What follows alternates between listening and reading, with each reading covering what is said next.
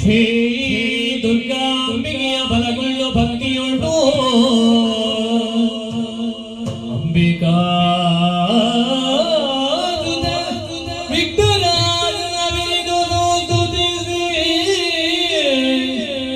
ಪಿರಿದು ಸ್ತುತಿಸಿ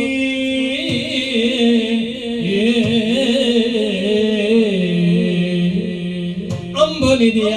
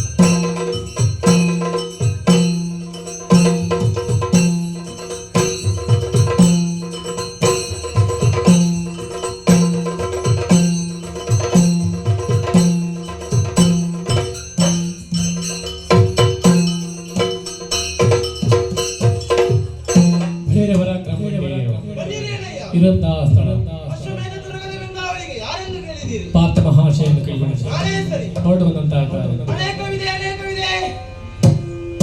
ಕೇಳು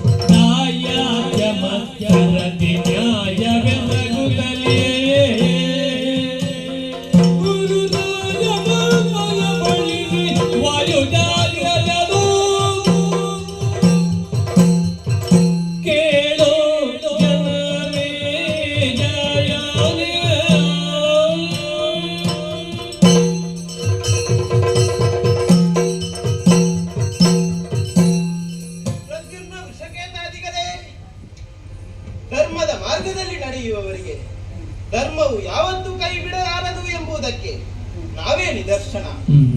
ಎಲವೆಯಿಂದಲೇ ಅನೇಕ ಕಷ್ಟಗಳನ್ನು ಅನುಭವಿಸಿದಂತಹ ಪಾಂಡುಸುತರು ಕೌರವನ ಮೋಸದ ದ್ಯೂತ ಕ್ರೀಡೆಗೆ ಬಲಿಯಾಗಿ 14 ವರ್ಷಗಳ ಕಾಲ ವನವಾಸ, 1 ವರ್ಷಗಳ ಕಾಲ ಅಜ್ಞಾತವಾಸವನ್ನು ಅನುಭವಿಸಿದೆವು.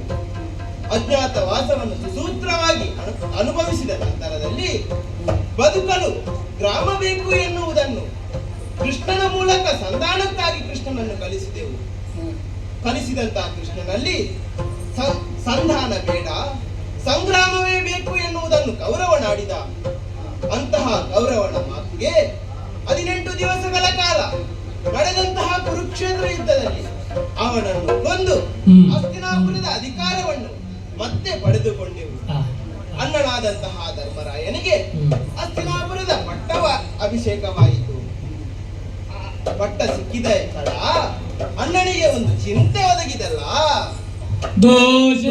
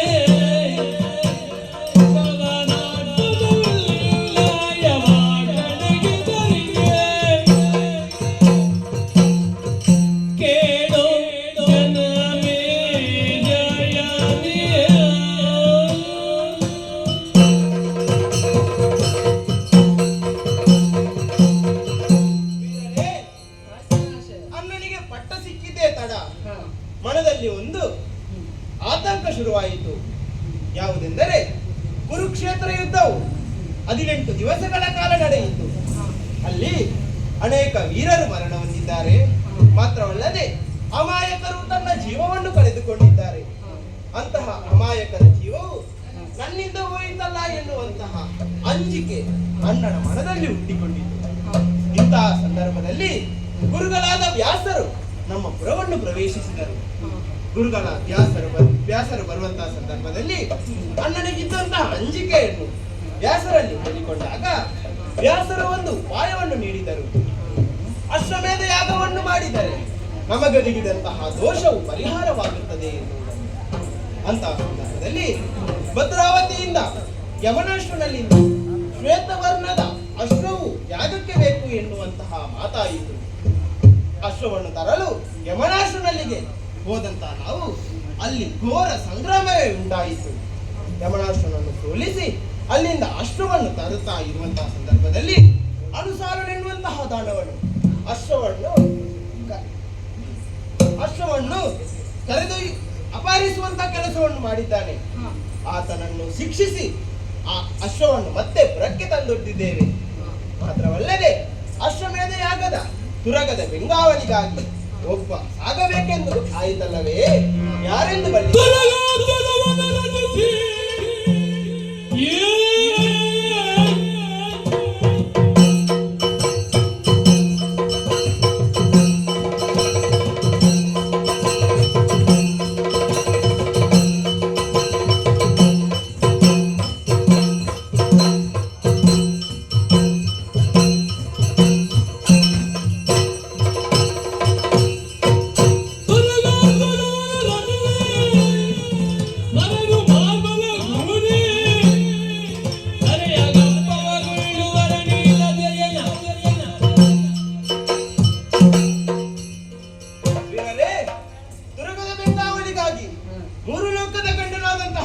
ಸಾಗಬೇಕು ಎನ್ನುವಂತಹ ಮಾತು ವ್ಯಾಸ ಮಹರ್ಷಿಗಳು ತಿಳಿಸಿದರು.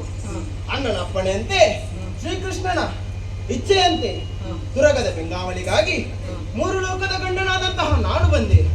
ನನ್ನೊಂದಿಗೆ ನೀವು ಸೇರಿಕೊಂಡಿದ್ದೀರಿ. ನಮ್ಮ ತುರಗ ಅನೇಕ ಪುರವನ್ನು ಸಂಚರಿಸಿ ಅಲ್ಲಿನ ವೀರರನ್ನೆಲ್ಲ ಸೋಲಿಸಿ ತಪ್ಪವನ್ನು ಕೈಗೆತ್ತಿಕೊಂಡಿದೆ.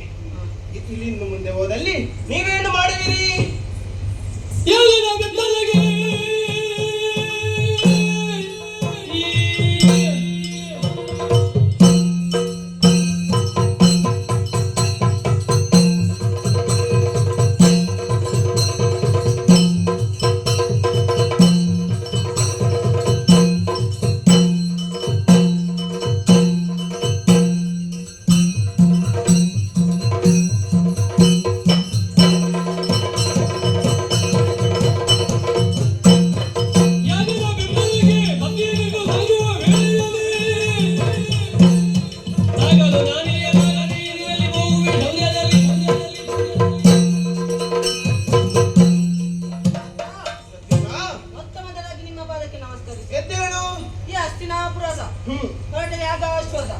ರಕ್ಷಣೆಗಾಗಿ ನಾವೆಲ್ಲ ನಿನ್ನ ಜೊತೆ ಹೊರಟು ಬಂದವರು. ಹೌದು. ಇದುವರೆಗೆ ಸಂಚರಿಸಿದ ದಾರಿಯಲ್ಲಿ ನಮಗೆ ವಿಜಯವಾಗಿದೆ. ಹೌದು. ಮುಂದೆ ತೊಂದರಾಗದಂತೆ ನಾನು ನೋಡಿಕೊಳ್ಳುತ್ತೇನೆ.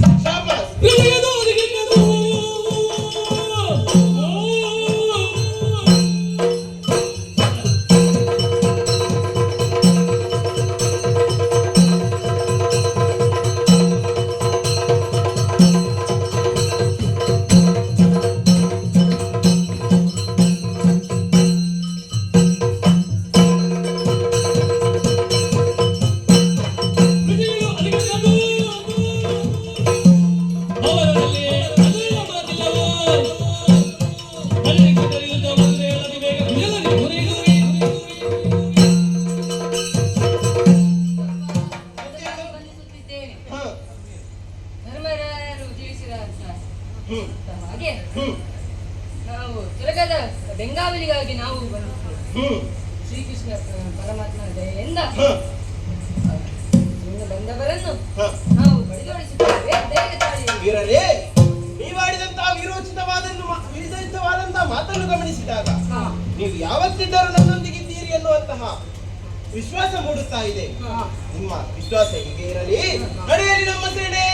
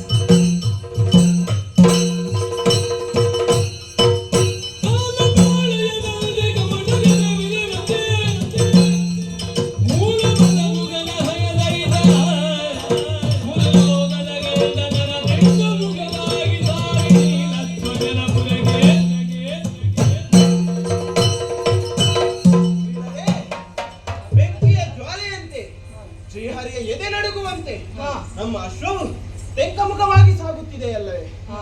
ಫಲ್ಗುಣರೇ ನೋಡಿ ಬಲುಗುಣೆ ನೀಲಗೆ ನರಳನೆ. ನೋಡಿ ಬಲುಗುಣೆ ನೀಲಗೆ ನರಳನೆ. ರೂಢಿಗದಿಪತಿಯಾರೆಂದೋ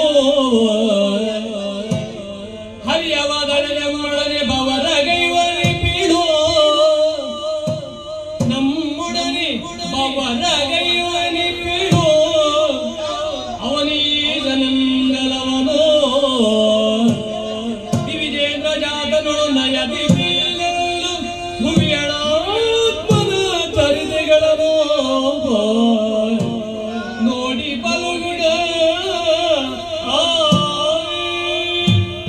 ಫಲ್ಗುಣರೇ, ನಮ್ಮ ಅಶ್ವವು ಬಂದು ಬಂದು ಯಾವುದೋ ಒಂದು ಪುರವನ್ನು ಸೇರಿದೆ ಅಲ್ಲವೇ ಹಾ. ಇಲ್ಲಿ ಈ ಪುರ ಯಾವುದು, ಇಲ್ಲಿ ಅರಸನಾರು ಒಬ್ಬೊಬ್ಬರಾಗಿ ನಿಲ್ಲಿಸುವಿರಾ? ನರನೆ ಗಿಳಿ ರಾಜ ತರದು ಹಂಸ ರಾಜ.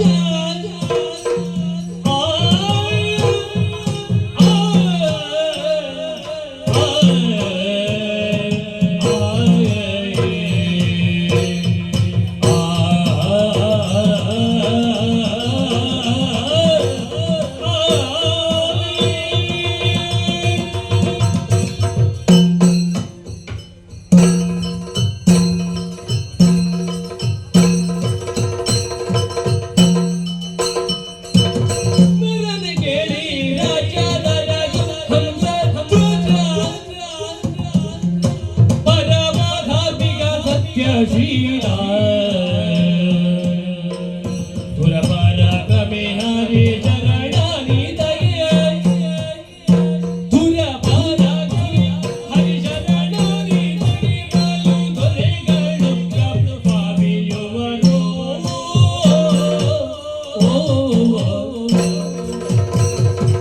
ನರನೆ ಗಿಳಿ ರಾಜ ತರದು ಹಂಸ ರಾಜ. ಪರಮಾಧಾರ್ಮಿಕ ಸತ್ಯಶೀಲ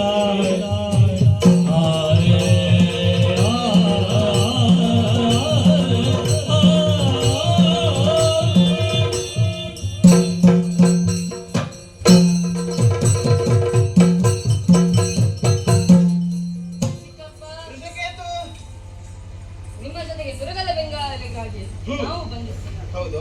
ನನಗೆ ತಿಳಿದ ಪ್ರಕಾರ ಹ, ಇದು ಹ, ಚಂಪಕಾ ನಗರ. ಹ, ಇಲ್ಲಿ ವರ್ತಮಾನ ಕಾಲದಲ್ಲಿ ರಾಜ್ಯವಾಳುವವರು ಹಂಸಧ್ವಜ ಗುಪ್ತದ.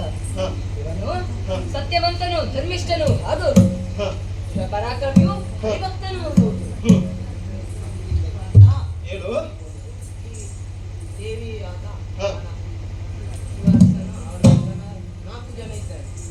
ಇರರೇ, ಅವನು ಯಾರೇ ಆಗಿರಲಿ, ಈ ಮೂರು ಲೋಕದ ಗಂಡ, ಅರಿತಿಮಿರ ಮಾರ್ತಾಂಡ, ಊರಿನೇತ್ರಳ್ಳಿ ಪಿಂಡ, ಎದುರಾಳಿಗೆ ಸಿಂಹ ಸ್ವಪ್ನನಾಗಿರುವಂತಹ ಪಾರ್ಥನು ದುರ್ಗದ ಬೆಂಗಾವಳಿಗೆ ಬಂದವ.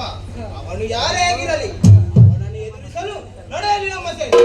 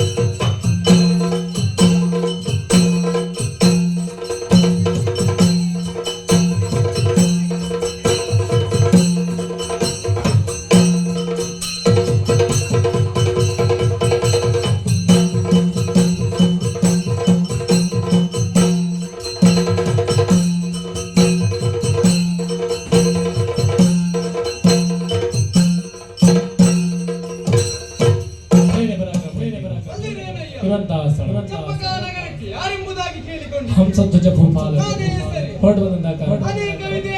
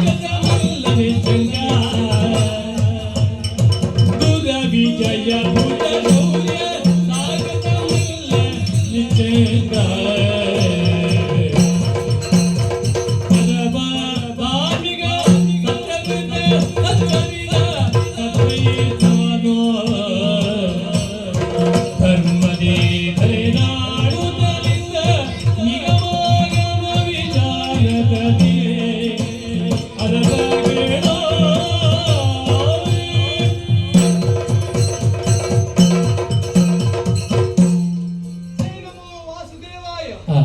ರಕ್ಷಿಸು ತಂದೆ ರಕ್ಷಿಸು. ಎಂದಿನಂತೆ ಇಂದೂ ಕೂಡ ನಿತ್ಯ ವಿಧಿ ವಿಧಾನಗಳನ್ನೆಲ್ಲ ಪೂರೈಸಿ ಓಲಗಸ್ತನಾದಂತಹ ಸಂದರ್ಭ. ಸಭೆಯನ್ನು ನೋಡಿದರೆ ಒಂದೆಡೆ ಹ, ಹ. ಮಂತ್ರಿ ಹ. ಸುಮತಿಯರು ಹ್ಮ್. ಆಸನದಲ್ಲಿದ್ದಾರೆ. ಇನ್ನೊಂದೆಡೆ ನನ್ನ 7 ಜನ ತಮ್ಮಂದಿರು ಆಸೀನರಾಗಿದ್ದಾರೆ. ಈ 7 ಜನ ತಮ್ಮಂದಿರ ಹ್ಮ್. ಸಲಹೆಗಳು ನನಗೆ ಆಡಳಿತದಲ್ಲಿ ಉಪಕಾರವಾಗುತ್ತಾ ಇದೆ. ಮಂತ್ರಿ ಸುಮತಿಯವರು ಸಮಯಕ್ಕೆ ಸರಿಯಾಗಿ ಸಲಹೆಗಳನ್ನಿತ್ತು ಹ, ಹ. ನನ್ನ ರಾಜ್ಯದ ಆಡಳಿತವನ್ನು ಸುಭೀಕ್ಷೆಯಿಂದ ಮಾಡಲು ಹ್ಮ್. ಸಹಕರಿಸುತ್ತಾ ಇದ್ದಾರೆ. ಹ, ಹ. 71,000 ರಥ, ಹ್ಮ್. ಅಷ್ಟೇ ಕುದುರೆಗಳು, ಹ್ಮ್. 71 ಮಂದಿ ಹ್ಮ್. ಸೇನಾಧಿಪತಿಗಳು ಹ್ಮ್. ನನಗಿದ್ದಾರೆ. ಅವರನ್ನೆಲ್ಲರನ್ನೂ ಹೊಂದಿ ಈ ರಾಜ್ಯವನ್ನು ಆಳುತ್ತಾ ಇದ್ದವನಿದ್ದೇನೆ. ಹ್ಮ್. ನನ್ನ ಈ ಆಡಳಿತದಲ್ಲಿ ದಿನನಿತ್ಯ ಹ್ಮ್. ದಾನ ಧರ್ಮ ಇತ್ಯಾದಿ ಕಾರ್ಯಗಳು ನಡೆಯುತ್ತಾ ಇದೆ. ನನ್ನ ಈ ಆಡಳಿತದಲ್ಲಿ ಹ್ಮ್. ಅಹಿತಕರವಾದಂತಹ ಕಾರ್ಯಗಳು ಹ್ಮ್. ಇದುವರೆಗೆ ನಡೆದಿಲ್ಲ. ಹ, ಹ. ಆದರೆ ಎಂದಿನಂತೆ ಓಲಗಸ್ತನಾದಂತಹ ಸಂದರ್ಭ. ಆ. ಯಾರದು?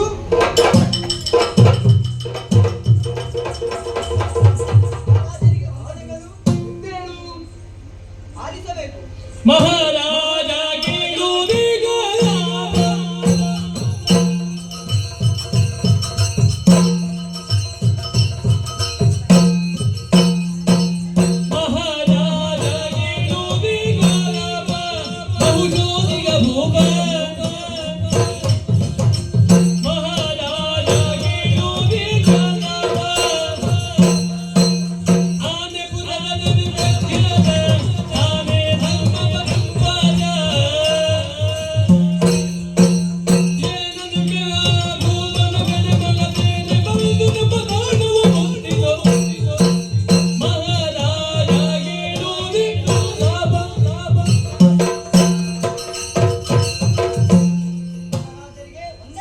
ಎದ್ದೇಳು. ಎಂದಿನಂತೆ ದ್ವಾರವನ್ನು ಕಾಯ್ತಿರುವ ಸಂದರ್ಭ. ಹಾ, ಆಗ ಅಲ್ಲಿ ಒಂದು ಕುರಗ ಬಂದಿದೆ. ಹೌದಾ? ಹಾ. ಯಾರದ್ದು? ಆಗ ಅಲ್ಲಿ ಒಂದು ಕುದುರೆ ಬಂತು. ಕುದುರೆ? ಹಾ, ಹಾ, ಹೀಗೆ ವಿಚಾರಿಸಿ ನೋಡಿದೆ. ಹಾ, ಹಸ್ತಿನಾವತಿಯ ಧರ್ಮರಾಯನು ಬಂಧು ಹತ್ಯಾದೋಷದ ಪರಿಹಾರಾರ್ಥವಾಗಿ ಪೂಜಿಸಲ್ಪಟ್ಟ ಕುದುರೆ. ಹಾ. ಆ ಕುದುರೆ ಬೆಂಗಾವಳಿಗಾಗಿ ಮಧ್ಯಮ ಪಾಂಡವ ಅರ್ಜುನನು ಬಂದಿದ್ದಾನೆ. ಹೌದೇ? ಹಾ, ಅವನು ಒಬ್ಬನೇ ಬಂದಿಲ್ಲ ದೊರೆ. ಮತ್ತೆ? ತನ್ನ ಸಮಸ್ತ ಸೇನೆಯನ್ನು ಕರೆಕೊಂಡು ಬಂದಿದ್ದಾನೆ. ಓಹೋ. ಆ ಸೇನೆಯನ್ನು ನೋಡಿ ಹೆದರಿ ನಾನು ನಿಮ್ಮಲ್ಲಿಗೆ ಬಂದಿದ್ದೇನೆ. ನಮ್ಮನ್ನು ನೀವೇ ರಕ್ಷಿಸಬೇಕು. ನಾ ಬೆದರಬೇಡ. ಚರರ ನುಡಿಯನು ನೀಡುತ್ತಲೇ ಭುವನನು ನಗುನಗುತ್ತ ಅಭಯವಿಯುತ ಹರಿಯದ ಜನ ತನಗೆ ಇದರು ದೊರಗಿದೆನುತ ಹರಿಯದರು ಜನರೇ ತನಗೆ ಇದರು ದೊರಗಿದೆನುತ ಅರಿತು ಮನದಲ್ಲಿ ಆ ಕ್ಷಣವೇ ಮಗದುರ ಗೌರವ ಹಿರಿಯರದಿ ಸಚಿವರಿಂದೋದಿಸುತ್ತಲಾಲಿಸಿದ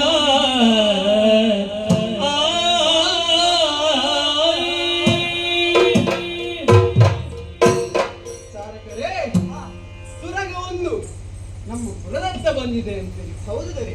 ಅದರ ಬೆಂಗಾವಲಿಗೆ ಹಾ, ಮಧ್ಯಮ ಪಾಂಡವನಾದಂತಹ ಅರ್ಜುನ ಬಂದಿದ್ದಾನೆ. ಹೌದು. ಚಿಂತಿಸದಿರಿ. ಹಾಗೆ ಆಗುತ್ತದೆ. ಅದನ್ನು ನಾನು ನೋಡಿಕೊಳ್ಳುತ್ತೇನೆ. ಹಾಗೆ ನೀವು ಆಗಲಿ. ಒಳಗಿದ್ದು.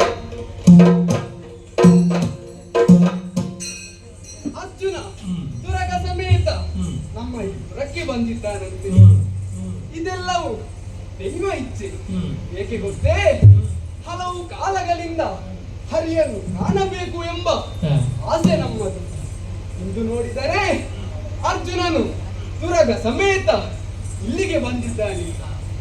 ಅರ್ಜುನನು ಸಂಬಂಧದಲ್ಲಿ ಕೃಷ್ಣನ ಅಳಿಯ. ಎಲ್ಲಿಯಾದರೂ ಅರ್ಜುನ ಸೋಲುತ್ತಾನೆ ಎಂದರೆ ಕೃಷ್ಣ ಖಂಡಿತವಾಗಿಯೂ ಬರುತ್ತಾನೆ. ಆದ್ದರಿಂದ ಇದೆಲ್ಲವೂ ದೈವದ ಇಚ್ಛೆ. ಮಂತ್ರಿಗಳಲ್ಲಿ ತುರಗದ ಮನೆಯಲ್ಲಿರುವಂತಹ ಲಿಖಿತವನ್ನು ಓದಿದೆ.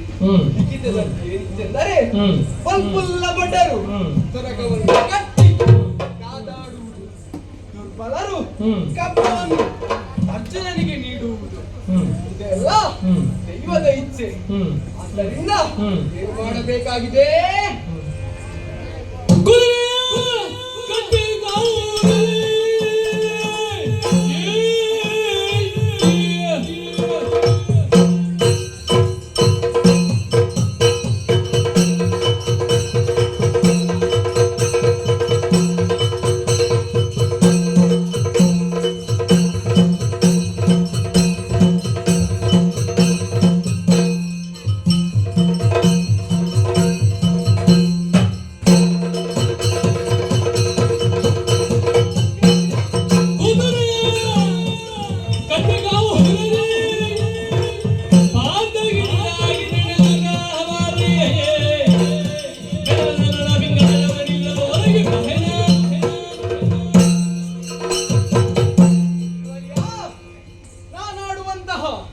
ಮಾತುಗಳನ್ನು ಸರಿಯಾಗಿ ಕೇಳಿ.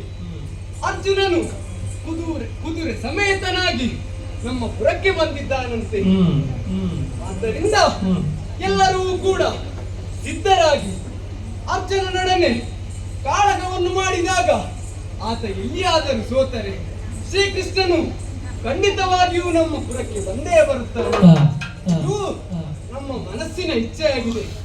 ಆದ್ದರಿಂದ ಈ ಯುದ್ಧದಲ್ಲಿ ಆಗುವಂತಹ ಎಲ್ಲ ಸೋಲು ಲಾಭ ಎಲ್ಲವೂ ಕೂಡ ರಾಜನಿಗೆ ಸೇರಬೇಕಾದದ್ದು. ಆದ್ದರಿಂದ ಭಂಡಾರದ ಕೀಲಿಯನ್ನೇ ಕೊಟ್ಟಿದ್ದೇನೆ. ತಡ ಮಾಡುವುದು ಸರಿಯಲ್ಲ. ನಮ್ಮ ಕಾರ್ಯದಂತ ಕೇಳೋಣ.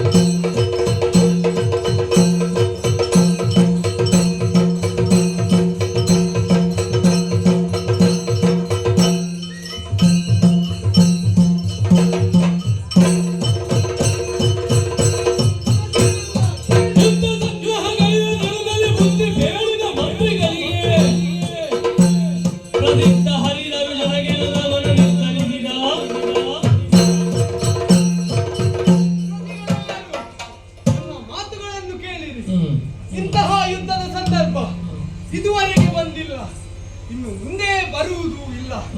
ಆದ್ದರಿಂದ ಎಲ್ಲರೂ ತಮ್ಮ ಶಕ್ತಿಯಿಂದ ಆ ಪಾರ್ಥನೊಡನೆ ಹೋರಾಡಲೇಬೇಕು.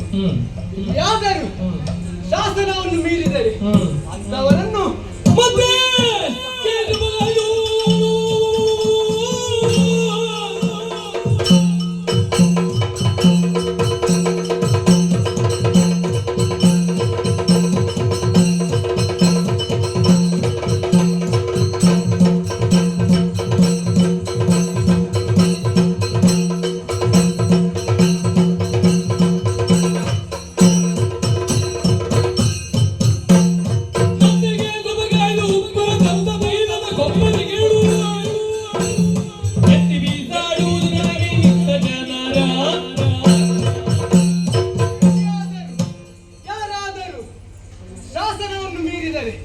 ಅಂತವರನ್ನು ಕುದಿಯುವಂತಹ ಕೊಪ್ಪರಿಗೆಗೆ ಹಾಕಲಾಗುವುದು. ಆದ್ದರಿಂದ ಎಲ್ಲರೂ ನನ್ನ ಶಾಸನವನ್ನು ಪಾಲಿಸಲೇಬೇಕು. ಕಾರ್ಯದ ಕಡೆ ತೆರಳುತ್ತೇವೆ.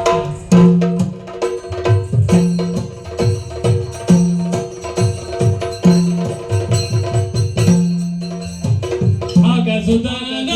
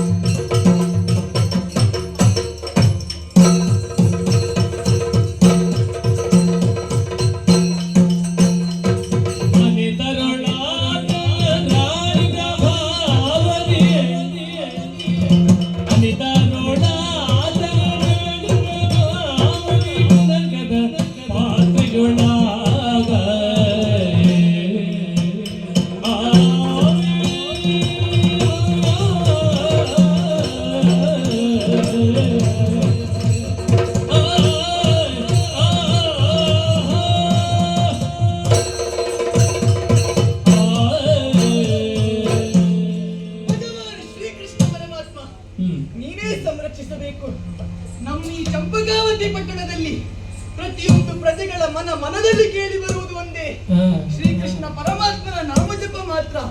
ಯಾಕೆಂದರೆ ನಾವು ಪರಮ ವೈಷ್ಣವರಾಗಿದ್ದೇವೆ. ಶ್ರೀಹರಿಯ ದರ್ಶನಕ್ಕಾಗಿ ಸದಾ ಹಂಬಲಿಸುತ್ತಾ ಇರುವವರು ನಾವು. ಮಾತ್ರವಲ್ಲ, ನಮ್ಮ ಭಕ್ತಿಯ ಪರಾಕಾಷ್ಠ ಎನ್ನುವುದು ಆ ಶ್ರೀಹರಿಗೆ ಇನ್ನೂ ತಲುಪಲಿಲ್ಲ ಎನ್ನುವ ಕಾರಣಕ್ಕಾಗಿ ಆ ಶ್ರೀಹರಿಯನ್ನೇ ಧ್ಯಾನಿಸುತ್ತಾ ಇರುವವರು ನಾವು.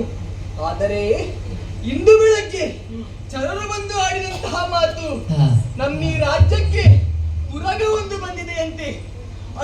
ಹಸ್ತಿನಾವತಿಯಲ್ಲಿ ಯುಧಿಷ್ಠಿರ ಕೈಗೊಂಡಂತಹ ಅಶ್ವಮೇಧ ಯಾಗದ ತುರಗ, ಅದರ ಬೆಂಗಾವಲಿಗೆ ಬಂದವ ಮೂರು ಲೋಕದ ಗಂಡ ಪಾರ್ಥನಿದ್ದಾನೆ. ಅದನ್ನು ಅರಿತುಕೊಂಡಂತಹ ನನ್ನಪ್ಪನಾದಂತಹ ಹಂಸಧ್ವಜ ಭೂಪಾಲರು ಅದನ್ನು ಬಂಧಿಸಿ ನಮ್ಮ ಲಾಯದಲ್ಲಿ ಇರಿಸಿದ್ದಾರೆ. ಅದನ್ನು ತಿಳಿದಂತಹ ಅವರು ಒಂದು ಅಪ್ಪಣೆಯನ್ನು ಮಾಡಿದ್ದಾರೆ. ನಾಳೆ ಬೆಳಗ್ಗೆ ಸೂರ್ಯೋದಯಕ್ಕೆ ಸರಿಯಾಗಿ ಯುದ್ಧ ಘೋಷಣೆಯನ್ನು ಮಾಡಿದ್ದಾರೆ. ಜೊತೆಯಾಗಿ ಒಂದು ಅಪ್ಪಣೆಯನ್ನು ಮಾಡಿದ್ದಾರೆ. ಯಾವುದಾದರೂ ಹಂತಕಾರಿಗಳು ಯುದ್ಧ ಮಾಡುವುದಕ್ಕೆ ಹಿಂಜರಿದರು ಎಂದಾದರೆ ಅವರಿಗೆ ಕಠಿಣ ಶಿಕ್ಷೆಯನ್ನು ವಿಧಿಸಲಾಗುವುದು. ಅವರನ್ನು ಕೊತ್ತ ಕೊತ್ತಿರುವಂತಹ ಎಣ್ಣೆಯ ಕೊಪ್ಪರಿಗೆ ಹಾಕಲಾಗುವುದು ಎನ್ನುವ ಹಾಗೆ. ಆಗ ನಾನು ಆಲೋಚನೆಯನ್ನು ಮಾಡಿದ್ದು, ಈ ಆಜ್ಞೆ ಎನ್ನುವುದು ಕೇವಲ ನಮ್ಮ ರಾಜ್ಯದ ಪ್ರಜೆಗಳಿಗೆ ಮಾತ್ರ ಸೀಮಿತವಾಗಬಾರದು, ಅರಮನೆಯ ಒಳಗಿರುವವರಿಗೂ ಸೀಮಿತವಾಗಬೇಕು ಎನ್ನುವ ಉದ್ದೇಶದಿಂದ ಧನುಷರಗಳನ್ನು ಹಿಡಿದು ನೇರವಾಗಿ ಅಪ್ಪನ ಬಳಿಗೆ ಹೋದೆ. ಆಶೀರ್ವಾದವನ್ನು ಪಡೆದುಕೊಂಡೆ. ನಂತರ ನೇರವಾಗಿ ತಾಯಿಯ ಬಳಿಗೆ ಹೋದೆ. ನಡೆದಂತಹ ವಿಚಾರವನ್ನು ತಿಳಿಸಿದೆ. ಆಗ ಆಕೆ ನನ್ನ ವ್ಯಕ್ತಿಯನ್ನು ಆಘ್ರಾಣಿಸಿದಳು, ಆಶೀರ್ವಾದವನ್ನಿತ್ತಳು. ನಂತರ ನೇರವಾಗಿ ತಂಗಿಯಾದಂತಹ ಕುವಲೆಯ ಬಳಿಗೆ ಹೋದೆ. ಆಕೆಯ ಹಾರೈಕೆಯನ್ನು ಪಡೆದುಕೊಂಡೆ. ಇಷ್ಟು ಮಾಡಿದರೆ ಸಾಕಾಗುತ್ತೆ ಏನು? ಆಗುವುದಿಲ್ಲ. ಹಾಗಾಗಿ ನನ್ನ ಮಡದಿಯಾದಂತಹ ಪ್ರಭಾವತಿ ಇದ್ದಾಳೆ, ನನ್ನ ಬಾಳ ನೌಕೆಯಲ್ಲಿ ಸದಾ ನನ್ನ ಜೊತೆ ಇರುತ್ತಾಳೆ ಎನ್ನುವ ಹಾಗೆ ಅವಳಿಗೆ ಭರವಸೆಯನ್ನು ಕೊಟ್ಟು ಅವಳನ್ನು ಕರೆದುಕೊಂಡು ಬಂದವ ನಾನಿದ್ದೇನೆ. ಹಾಗಿರುವಾಗ ಅವಳಲ್ಲಿ ಈ ವಿಚಾರವನ್ನು ಹೇಳದೆ ನಾ ಹೋದೆ ಎಂದಾದರೆ ಅದು ಸರಿಯಾಗುವುದಿಲ್ಲ. ಅದಕ್ಕಾಗಿ ಆಕೆಯಲ್ಲಿ ವಿಚಾರವನ್ನು ತಿಳಿಸಬೇಕು. ತಡ ಮಾಡುವುದು ಸರಿಯಲ್ಲ. ನನ್ನ ರಥವನ್ನು ಆಕೆಯ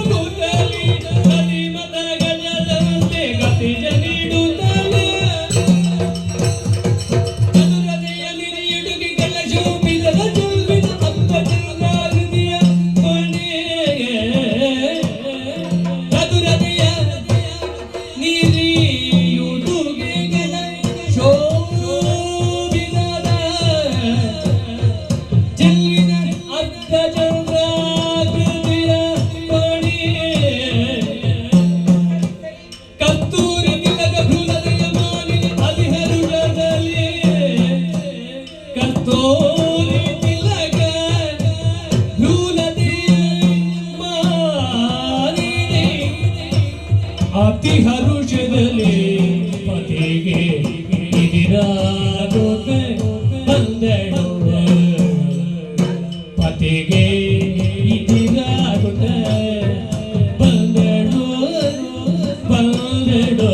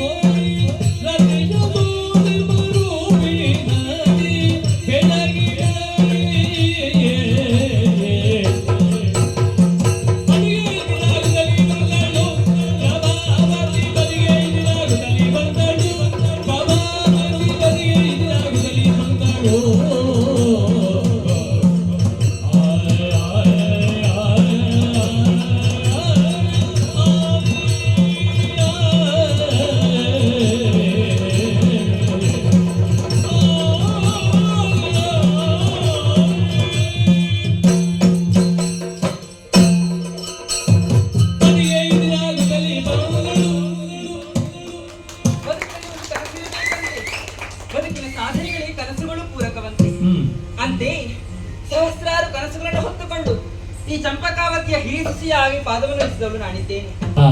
ಸುಧರ್ಣ ಭೂಪತಿಗಳ ಮಡದಿಯಾಗಿ ಈ ಚಂಪಕಾವತಿ ಅರಮನೆಯಲ್ಲಿ ಹೊತ್ತಿಗೆ ನಾನಿದ್ದೇನೆ.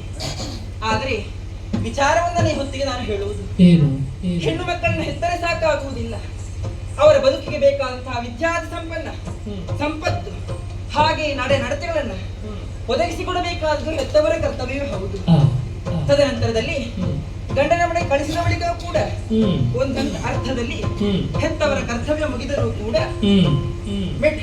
ಹುಟ್ಟಿದ ಮನೆಯಿಂದ ಮೆಟ್ಟಿದ ಮನೆಗೆ ಹೋದಂತಹ ಹೆಣ್ಣು ಮಗಳಿಗೆ ಉಭಯ ಕುಲ ದೀಪಗಳಾಗಿ ಎರಡು ಮನೆಯನ್ನು ಬೆಳಗಬೇಕಾದದ್ದು ಅನಿವಾರ್ಯವೇ ಹೌದು.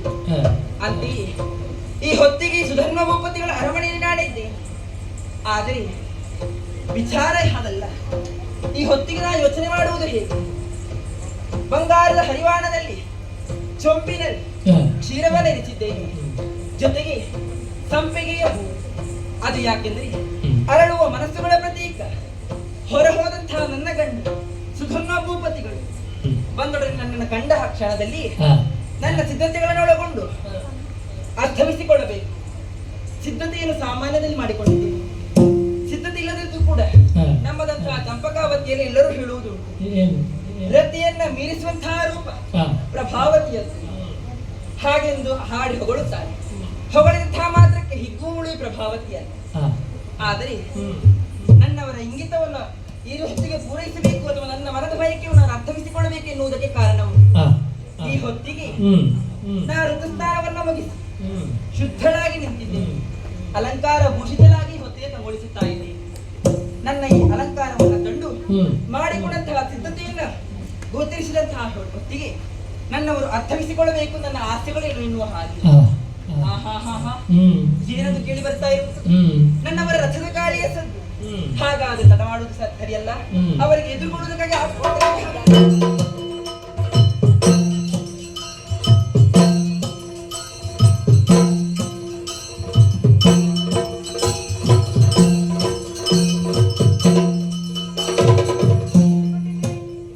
ಹೀಗೆ ಬನ್ನಿ, ಹೀಗೆ ಬನ್ನಿ. ಪೀಠವನ್ನು ಸಿದ್ಧಪಡಿಸಿದ್ದೀನಿ. ಇದು ಒಳ್ಳೆ ಕಥೆ ಆಯ್ತು. ಅರಮನೆ ನನ್ನದ್ದು, ಅಂತಃಪುರ ನನ್ನದ್ದು, ಈ ಪೀಠ ನನ್ನದ್ದು. ಒಂದು ಕೊಡುವುದಕ್ಕೆ ಜನ ನೀನ. ಸ್ವಾಮಿ, ಈ ಹೊತ್ತಿಗೆ ಅಂತಃಪುರಕ್ಕೆ ನನ್ನ ಅಂತಃಪುರಕ್ಕೆ ಬಂದವರು ಹಾ, ಕುಳ್ಳಿರಿಸಿ ಸತ್ಕಾರ ಮಾಡಬೇಕಾದ ಪತ್ನಿಯಂತಹ ನನ್ನ ಸರಿಯಾದ ವಿಚಾರ. ಸ್ವಾಮಿ. ಹಾ. ಬಂಗಾರದ ಹರಿವಾಣ ಇರಿಸಿದ್ದೇನೆ. ಹಾ. ಅದರಲ್ಲಿ ನಿಮ್ಮ ಪಾದಗಳನ್ನು ಇರಿಸಿದ್ದೇನೆ. ಜಲವನ್ನು ಹೊಂದಿದ್ದೇನೆ. ಪಾದ ಪೂಜೆಯನ್ನು ಮಾಡಿದ್ದೇನೆ. ಆ ಪಾದ ಪೂಜೆ ಮಾಡಿದಂತಹ ನೀರನ್ನೇ ತೀರ್ಥವಾಗಿ ಸೇವಿಸಿಕೊಂಡಿದ್ದೇನೆ. ಹೆಣ್ಣು ಮಕ್ಕಳಿಗೆ ಎಷ್ಟು ಅನುಕೂಲ ಎನ್ನುವುದನ್ನು ನೀವೇ ನೋಡಿ. ಯಾಕೆ? ಅವರಿಗೆ ತೀರ್ಥ ಕುಡಿಯಬೇಕು ಎಂದಿದ್ದರೆ ಹಾ. ಗಂಡನ ಪಾದಕ್ಕೆ ಒಂದು ತಂಬಿಗೆ ನೀರು ಹಾಕಿದ್ರೆ ಸಾಕು. ಅದೇ ತೀರ್ಥ ಸ್ನಾನ ಮಾಡಬೇಕು ಎಂದಿದ್ದರೆ ಗಂಡನ ಮೇಲೆ ಒಂದು ಕೊಳಪಾನ ನೀರು ಹಾಕಿದ್ರೆ ಸಾಕು. ಆದರೆ ಗಂಡನಾದವರಿಗೆ ಹಾಗೆ ಆಗುತ್ತೇನೆ? ಆಹಾ. ಹಾಗಾಗುವುದಿಲ್ಲ. ತೀರ್ಥ ಕುಡಿಯಬೇಕು ಎಂದಿದ್ದರೆ ಹಾ. ತೀರ್ಥ ಎಲ್ಲಿ ಉಂಟು ಎನ್ನುವುದನ್ನು ಹುಡುಕಿಕೊಂಡು ನಾವೇ ಹೋಗಬೇಕಾಗಿ ಬರ್ತದೆ. ಸ್ವಾಮಿ, ಪತ್ನಿಯು ಪರದೈವರು. ಹಾ. ಇನ್ನೊಂದು, ಏನು? ನಿಮ್ಮ ಮುಖಕ್ಕೆ ಮಂಗಳಾರತಿಯನ್ನು ಎತ್ತಿದ್ದೇನೆ. ಒಳ್ಳೆಯದು. ಇದು ಆಶೀರ್ವಾದವನ್ನು ಬಿಡುತ್ತಾ ಇದ್ದೇನೆ. ವಂದಿಸಿಕೊಳ್ಳುತ್ತಾ ಇದ್ದೇನೆ ಪ್ರಭು, ವಂದಿಸಿಕೊಳ್ಳುತ್ತಾ ಇದ್ದೇನೆ ಸ್ವಾಮಿ, ವಂದಿಸಿಕೊಳ್ಳುತ್ತಾ ಇದ್ದೇನೆ ಸ್ವಾಮಿ. ಹಾ. ವಂದಿಸುವಂತ ನನಗೆ ಆಶೀರ್ವಾದ ಇಲ್ಲ. ಅಲ್ಲ, ನಾನು ಏನು ಅಂತ ಆಶೀರ್ವಾದ ಮಾಡುದು ನಿಮಗೆ? ಈಗ ಹಾಗಾದ್ರೆ ಭಕ್ತಿಗೆ ಆಶೀರ್ವಾದ ನೀಡುವುದಕ್ಕಾಗುವುದು. ಅಲ್ಲಿ ಏನು ಅಂತ ಆಶೀರ್ವಾದ ಮಾಡುವುದೆಂದು ಬೇಕಲ್ಲ. ದೀರ್ಘ ಸುಮಂಗಲಿ ಭವ. ಪರ್ಯಾಯವಾಗಿ ನನಗೆ ನಾನೇ ಆಶೀರ್ವಾದ ಮಾಡಿಕೊಂಡ ಹಾಗೆ ಆಗುವುದಿಲ್ಲವೇನೆ? ಹಾಗಾಗುವುದಿಲ್ಲ. ಇಲ್ಲ, ಈಗ ನೀನು ದೀರ್ಘ ಸುಮಂಗಳಿ ಆಗಬೇಕು ಎಂದಿದ್ದರೆ ಹಾ. ನಾನು ಹೆಚ್ಚು ಕಾಲ ಬದುಕಬೇಕು. ಪರ್ಯಾಯವಾಗಿ ನನಗೆ ನಾನೇ ಆಶೀರ್ವಾದ ಮಾಡಿಕೊಂಡ ಹಾಗೆ ಆಗುತ್ತದೆ. ಹಾಗಾದ್ರೆ ಅಷ್ಟಪುತ್ರ ಪ್ರಾಪ್ತಿರಸ್ತು ಎನ್ನುವ ಹಾಗೆ. ಏನು ನಿನ್ನ ಅತ್ತೆಯನ್ನು ಮೀರಿಸುವ ಒಂದು ಉಪಾಯವಾಗಿನದ್ದು? ಸ್ವಾಮಿ, ಸಂತಾನ ಬೇಕೆನ್ನುವ ಹಾಗೆ ಗಂಡನಲ್ಲಿ ಬೇಡಿಕೊಳ್ಳುತ್ತಾನೆ. ಅದು ಹಾಗಲ್ವೇ? ಹಾ. ಈಗ ಹೆಂಡತಿಯಾದವಳು ಗಂಡನಲ್ಲಿ ಹಾ. ಆಶೀರ್ವಾದವನ್ನು ಬೇಡಿದಳು ಎಂದಾದರೆ ಗಂಡನಾದವ ಪ್ರತಿ ಆಶೀರ್ವಾದವನ್ನು ಮಾಡುವುದಕ್ಕೆ ಇಲ್ಲ. ಮತ್ತೆ ಪ್ರತಿಯಾಗಿ ಏನು ಮಾಡಬೇಕು? ಏನು ಮಾಡಬೇಕು? ಇಲ್ಲಿ ಆ. ಆಕೆಯ ಕೈಯನ್ನು ಹೀಗೆ ಹಿಡಿಯಬೇಕು, ಹಿಡಿದು ಬರಸೆಳೆಯಬೇಕು, ಬಿಗಿಯಾಗಿ ಅಪ್ಪಿಕೊಳ್ಳಬೇಕು. ಅಪ್ಪಿಕೊಂಡಾಗ ಚುಚ್ಚುತ್ತಿದೆಯಲ್ಲ, ಏನು? ಇಷ್ಟೆಲ್ಲ ಸಿದ್ಧತೆಯನ್ನ ಮಾಡಿಕೊಂಡು ಎತ್ತ ಕಡೆಗೆ ಆವಲ್ಲಿಗೆ ಪಯಣವಯ್ಯ ಪ್ರಾಣಕಾಂತ.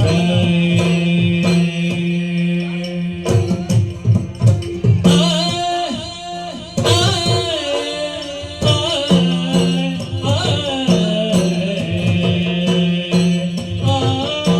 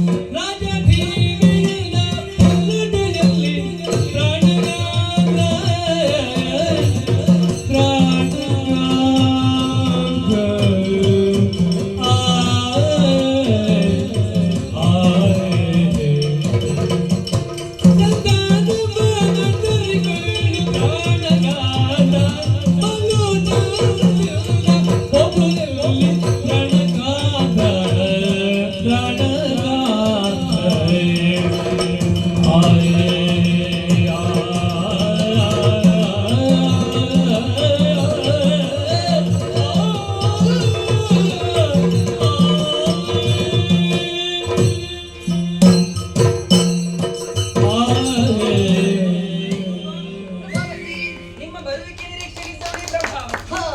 ಆದ್ರೆ ನಿಮ್ಮನ್ನು ಕಂಡೋಡ ಆ ಕ್ಷಣದಲ್ಲಿ ಮುಖದ ಸಂತೋಷವನ್ನ ಕಂಡೆ. ಕುಳ್ಳಿರಿಸಿ ಪಾದ ಪೂಜೆಯನ್ನ ಗೈದೆ, ತೀರ್ಥವಾಗಿ ಸೇವಿಸಿಕೊಂಡೆ. ಆದ್ರೆ ನನಗೆ ಆಶೀರ್ವಾದ ನೀಡಿದ ನನ್ನ ಆಲಿಂಗನ ಮಾಡಿಕೊಂಡವರು ತಾವು. ಉಭಯ ತೋಳುಗಳಿಂದ ನಿಮ್ಮನ್ನು ಆಲಿಂಗನ ಮಾಡಿಕೊಂಡೆ. ಸರಿ, ಆಲಿಂಗನ ಮಾಡಿದಂತಹ ಹೊತ್ತಿನಲ್ಲಿ ಚುಚ್ಚುತ್ತಾ ಇದೆಯಲ್ಲ ಏನು ನಿಮ್ಮ ಎದೆಗೆ ಆವರಿಸಿದಂತಹ ಸೀಸದ ಕವಚ. ಆದ್ರೆ ಆ ಕ್ಷಣದಲ್ಲಿ ಆಶ್ಚರ್ಯವು ಕಾಣುತ್ತಾ ಉಂಟು. ಯಾಕೆ ಎಂದಿನ ಹಾಗೆ ಇಂದು ನನ್ನ ಅಂತಃಪುರವನ್ನು ಪ್ರವೇಶಿಸಿದವರು ನೀವಲ್ಲ. ಅಲ್ಲ, ಕೈಯನ್ನು ನೋಡ್ತಾ ಇದ್ದೇನೆ, ಧನುರ್ಬಾಣವನ್ನು ಹಿಡಿದುಕೊಂಡಿದ್ದೀರಿ, ಎದೆಗೆ ಸೀಸದ ಕವಚ, ಬೆನ್ನ ಹಿಂದೆ ಬಾಣ ತುಂಬಿದಂತಹ ಬತ್ತಳಿ. ಸ್ವಾಮಿ, ಇದನ್ನು ನೋಡಿದಾಗ ನಲ್ಲಿಯ ಮನೆಗೆ ಬರುವಾಗ ನನ್ನ ಬಿಲ್ಲು ಹಿಡಿದುಕೊಂಡು ಬಂದನಲ್ಲ, ಹೀಗೆ ಬಂದ್ರೆ ಹೇಗೆ? ಆದ್ರೆ ಅರ್ಥವಿಸಿಕೊಂಡೆ, ಎಂದು ಬರುವಾಗ ಬರುವಾಗ ತುರಗವನ್ನ ಏರಿ ಬರುವುದು. ಆದ್ರೆ ಇಂದು ಹಾಗಲ್ಲ, ಅದೇ ಯುದ್ಧ ಸಿಂಧನವನ್ನು ಸಿದ್ಧ ಮಾಡಿಕೊಂಡು ಬಂದಿದ್ದೆ. ಅದೋದು ನಿಮ್ಮ ತುರಗವನ್ನು ನೋಡಿ ಅಂತೆ ಎಂತಲೇ ಹೇಳುತ್ತಾ ಇಲ್ಲ. ಈಗ ಹೋಗಬೇಕು, ಆಗ ಹೋಗಬೇಕು, ಸಂಗಡಿಗಳನ್ನ ಕೂಡಿಕೊಂಡು ಅಂತಃಪುರಕ್ಕೆ ಬರಬೇಕು ಅಂತಾದ್ರೆ ಕಾರಣ ಉಂಟಂತೆ. ಯಾವ ಕಡೆಗೆ ನಿಮ್ ಪ್ರಯಾಣ? ಆವಲ್ಲಿಗೆ ಸ್ವಾಮಿ. ಇದು ಒಳ್ಳೆ ಕಥೆ ಆಯ್ತಲ್ಲ. ಒಂದು ಅಧಿಕಾರದಲ್ಲಿ ಕೇಳಿದ ಹಾಗೆ ಕೇಳ್ತಾ ಇದ್ದಿ. ಗಂಡನ ಮೇಲೆ ಅಧಿಕಾರ ಉಂಟಲ್ಲ. ಓ ನಳಿನಾಕ್ಷಿ, ನಿನ್ನಲ್ಲಿ ಹೇಳದೆ ಹೋಗುತ್ತೇನೆ. ಹೌದೇ? ನಳಿನಾಕ್ಷಿ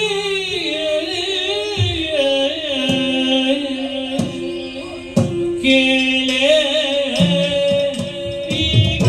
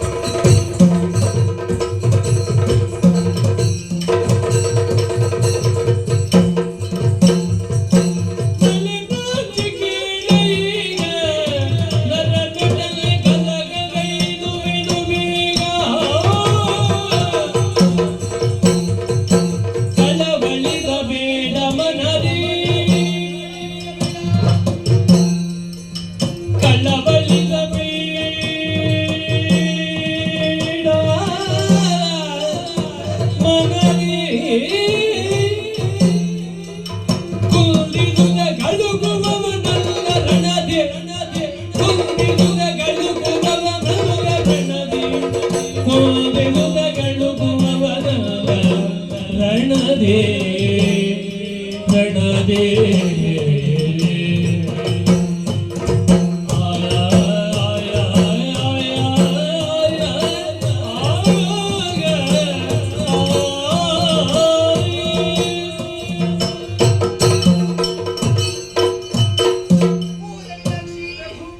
ಸಮಸ್ತ ವಿಚಾರವನ್ನು ನಿನ್ನಲ್ಲಿ ಮಂಡನೆಯನ್ನು ಮಾಡುವುದರ ಮೂಲಕ ಆ ಮೂಲಕವಾಗಿ ಕಾರ್ಯಪ್ರವೃತ್ತವಾಗಬೇಕು ಎನ್ನುವ ಉದ್ದೇಶದಿಂದ ನಿನ್ನ ಅಂತಃಪುರಕ್ಕೆ ಬಂದವ ನಾನಿದ್ದೇನೆ. ಪ್ರಭಾವತಿ, ಸ್ವಾಮಿ. ಈ ಕಾಲಕ್ಕೆ ನಮ್ಮ ರಾಜ್ಯದಲ್ಲಿ ಏನೆಲ್ಲ ಆಗುತ್ತಾ ಇದೆ ಎನ್ನುವಂತಹ ವಿಚಾರ ನೀನು ತಿಳಿದುಕೊಂಡವಳೇ ಇದ್ದೀಯ. ನಮ್ಮ ರಾಜ್ಯಕ್ಕೆ ತುರಗವೊಂದು ಬಂದಿದೆ. ಆ ತುರಗವನ್ನು ನನ್ನಪ್ಪನಾದಂತಹ ಹಂಸಕೇತದು ಭೂಪತಾದಿಗಳು ಅವರು ಕಟ್ಟಿದ್ದಾರೆ. ಕಟ್ಟಿದ್ದು ಮಾತ್ರವಲ್ಲ, ನಾಳೆ ಸೂರ್ಯೋದಯಕ್ಕೆ ಸರಿಯಾಗಿ ಯುದ್ಧ ಘೋಷಣೆಯನ್ನು ಮಾಡಿದ್ದಾರೆ. ಆ ಕಾಲಕ್ಕೆ ಆ ಯುದ್ಧಕ್ಕಾಗಿ ಹೊರಟು ನಿಂತವನು ನಾನಿದ್ದೇನೆ. ಆದರೆ ಈ ಹೊತ್ತಿಗೆ ಇಂತಹ ಉಲ್ಲಾಸ ಉತ್ಸಾಹ ಯಾಕೆ ನನಗೆ? ನಾನು ಯುದ್ಧ ಮಾಡುವುದೇನು ಇದು ಮೊದಲ. ಈ ಹಿಂದೆ ಅನೇಕ ಬಾರಿ ಯುದ್ಧ ಮಾಡಿದವನಿದ್ದೇನೆ. ಆದರೆ ಈ ಕಾಲಕ್ಕೆ ಇಷ್ಟು ಸಂತೋಷದ ದಿನವಾಗಿ ನನಗೆ ಪರಿಣಮಿಸಿದ್ದು ಯಾಕೆ ಎಂದರೆ, ನಾನು ಯುದ್ಧ ಮಾಡುವುದು ಬೇರೆ ಯಾರಲ್ಲಿಯೂ ಅಲ್ಲ, ತುರಗದ ಬೆಂಗಾವಲಿಗೆ ಬಂದ ಆ ಪಾರ್ಥನಲ್ಲಿ. ಮೆಚ್ಚಿದೆ ನಾನು, ಖಂಡಿತವಾಗಿಯೂ ಮೆಚ್ಚಿದೆ. ನಿನ್ನ ಮುಖದ ಭಾವನೆಯನ್ನು ನೋಡಿ ನಾ ಮೆಚ್ಚಿದ್ದಲ್ಲ. ಆ ಪಾರ್ಥ ಯಾವುದೋ ಒಂದು ಅರಮನೆಯ ಮೂಲೆಯ ಕೊಠಡಿಯಲ್ಲಿ ಕುಳಿತಿರುವಂತಹ ಒಬ್ಬಾಕೆ ಹೆಣ್ಣು ಕೂಡ ಪಾರ್ಥ ಎಂದ ತಕ್ಷಣ ಈ ರೀತಿಯಾಗಿ ಭಾವನೆಯನ್ನು ತೋರಿಸುತ್ತಾಳೆ ಎಂದಾದರೆ, ಆ ಪಾರ್ಥ ಪಡೆದಂತಹ ಕೀರ್ತಿಯ ಶಿಖರ ಎನ್ನುವುದು ಎಷ್ಟರ ಮಟ್ಟಿಗೆ ಇದೆ ಎನ್ನುವುದನ್ನು ಈ ಸುಧನ್ವ ಅರ್ಥವಿಸಿಕೊಂಡಿದ್ದಾನೆ. ಆ ವಿಚಾರದಲ್ಲಿ ಪಾರ್ಥನನ್ನು ಈ ಸುಧನ್ವ ಮೆಚ್ಚಿಕೊಂಡವನೇ ಇದ್ದಾನೆ. ಆದರೆ ಆ ಕುಂತಿ ಸುತಗೆ ಅಳುಕುವವನು ಈ ಸುಧನ್ವನಲ್ಲ. ಹಾಗಾಗಿ ಪ್ರಭಾವತಿ, ನನ್ನನ್ನು ತಡೆಯಬೇಡ. ಒಂದು ವೇಳೆ ತಡೆಯಬೇಡ, ನಾ ಹೋಗಿ ಬರ್ತೇನೆ. ಕಾಂತ,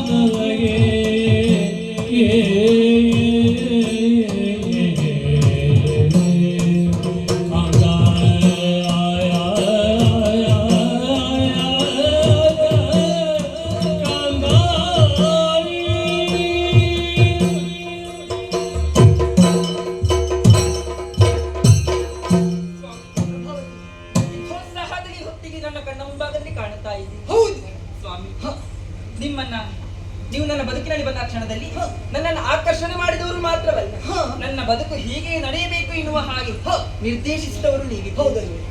ಅದಕ್ಕೋಸ್ಕರವಾಗಿ ನಿಮ್ಮನ್ನ ಕಾಂತ ಎನ್ನುವ ಹಾಗೆ ಸಂಬೋಧಿಸುತ್ತಾ ಇದ್ದೀನಿ. ಸ್ವಾಮಿ, ಪಾರ್ಥನೊಡನೆ ಯುದ್ಧ ಮಾಡುವ ಸಲುವಾಗಿ ಈ ಹೊತ್ತಿಗೆ ಉತ್ಸಾಹದಿಂದ ನಿಂತಿದ್ದೀರಿ. ಸ್ವಾಮಿ, ಒಂದು ವಿಚಾರವನ್ನು ನಿಮ್ಮ ಬಳಿ ಹೇಳಬೇಕು. ಏನದು? ಯುದ್ಧ ಎನ್ನುವುದು ನಿಮಗೆ ಜಲವನ್ನು ಕುಡಿದಷ್ಟೇ ಸುಲಭವಂತ ವಿಚಾರ, ಹೌದಲ್ಲ? ಆದರೆ ಪಾರ್ಥನೊಡನೆ ಯುದ್ಧ ಮಾಡಬೇಕು ಎನ್ನುವ ಹಾಗೆ ಈ ಹೊತ್ತಿಗೆ ಸಾಗುತ್ತಾ ಇದೆ.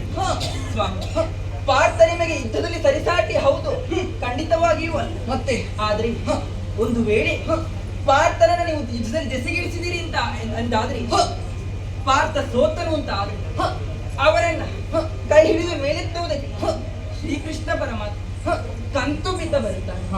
ಸ್ವಾಮಿ, ಕೇವಲ ಮನ್ಮಥನಿಗೆ ಪಿತನಾದುದರಿಂದ ಮಾತ್ರವಲ್ಲ ಆತ ಕಂತು ಬಿದ್ದ. ಪ್ರಪಂಚದಲ್ಲಿರುವಂತಹ ಎಲ್ಲಾ ಜೀವರಾಶಿಗಳ ಭಾವನೆಗಳ ಭ್ರೂಣಕ್ಕೂ ಜೀವನಿರುವನಾತ.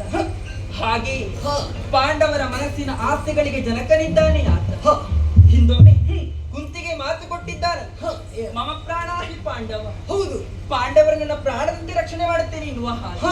ಸ್ವಾಮಿ, ಹ. ಒಂದು ವೇಳೆ ಪಾರ್ಥ ನಿಮ್ಮಲ್ಲಿ ಹ. ದೆಸೆಗೆಟ್ಟರು ಇದ್ದಾದ್ರೆ ಹ. ಆ ಹೊತ್ತಿಗೆ ಕೃಷ್ಣ ಪರಮಾತ್ಮ ಬರುತ್ತಾನೆ. ಹ. ಆ ಹೊತ್ತಿಗೆ ಏನು ಮಾಡುವುದು ಸ್ವಾಮಿ? ಸೆಳೆದಿ ಕೃಷ್ಣಾರ್ಜುನ.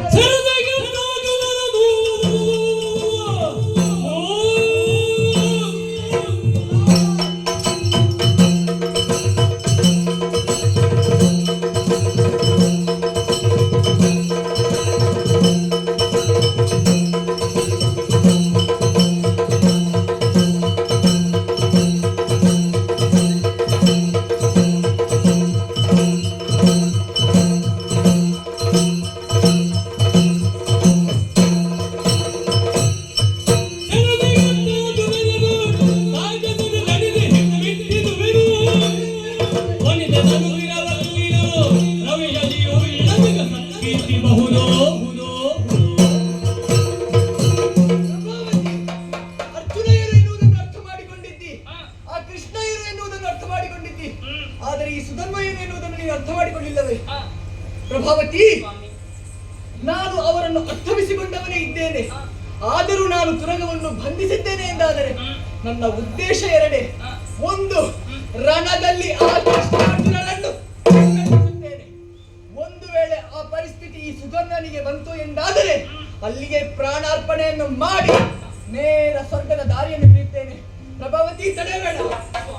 ಇದನ್ನೆಲ್ಲ ಅರಿತಿ ನಿಜವೋ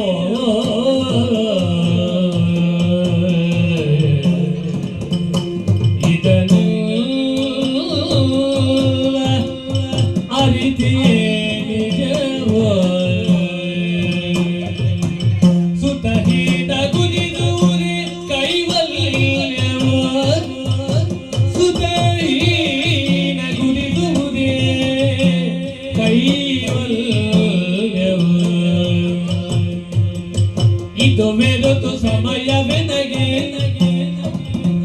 ಇದು ಬೆರೆತು ಸಮಯವೆನಗೆ ಲಾಲಿಪುದು ಹದಗಾಲ ಬೆಳೆ ಮಾರ್ಗಗೆ ಲಾಲಿಪುದು ಹದಗಾಲ ಬೆಳೆ ಮಾರ್ಗಗೆ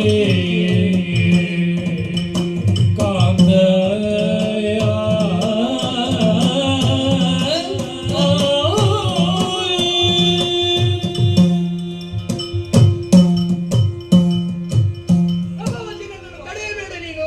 ಹೋಗುವುದಕ್ಕಿಂತ ಮುಂಚಿತವಾಗಿ ನನ್ನ ವಿಚಾರಗಳನ್ನು ಆಲಿಸಬೇಕು. ಏನಂತ? ಸ್ವಾಮಿ, ಹ. ಪಾರ್ಥನೊಟ್ಟಿಗೆ ಹೋರಾಟವನ್ನು ಮಾಡುವಂತಹ ಕಾಲಕ್ಕೆ ಜಯ ನಿಮ್ಮದಾದರೂ ಕೂಡ ಹ. ಒಂದು ವೇಳೆ ಕಂಥಪಿತ ಬಂದನು ಅಂತಾದ್ರೆ ಹ. ಆ ಹೊತ್ತಿಗೆ ನಾ ಮೋಕ್ಷ ಸಾಧನೆಯನ್ನು ಮಾಡುತ್ತೇನೆ, ಕೈಗೊಳ್ಳಿ ಪ್ರಾಪ್ತಿಗಾಗಿ ಹೋಗುತ್ತೇನೆ ಎನ್ನುವ ಹಾಗೆ ಹೇಳುತ್ತಾರೆ. ಹೌದು.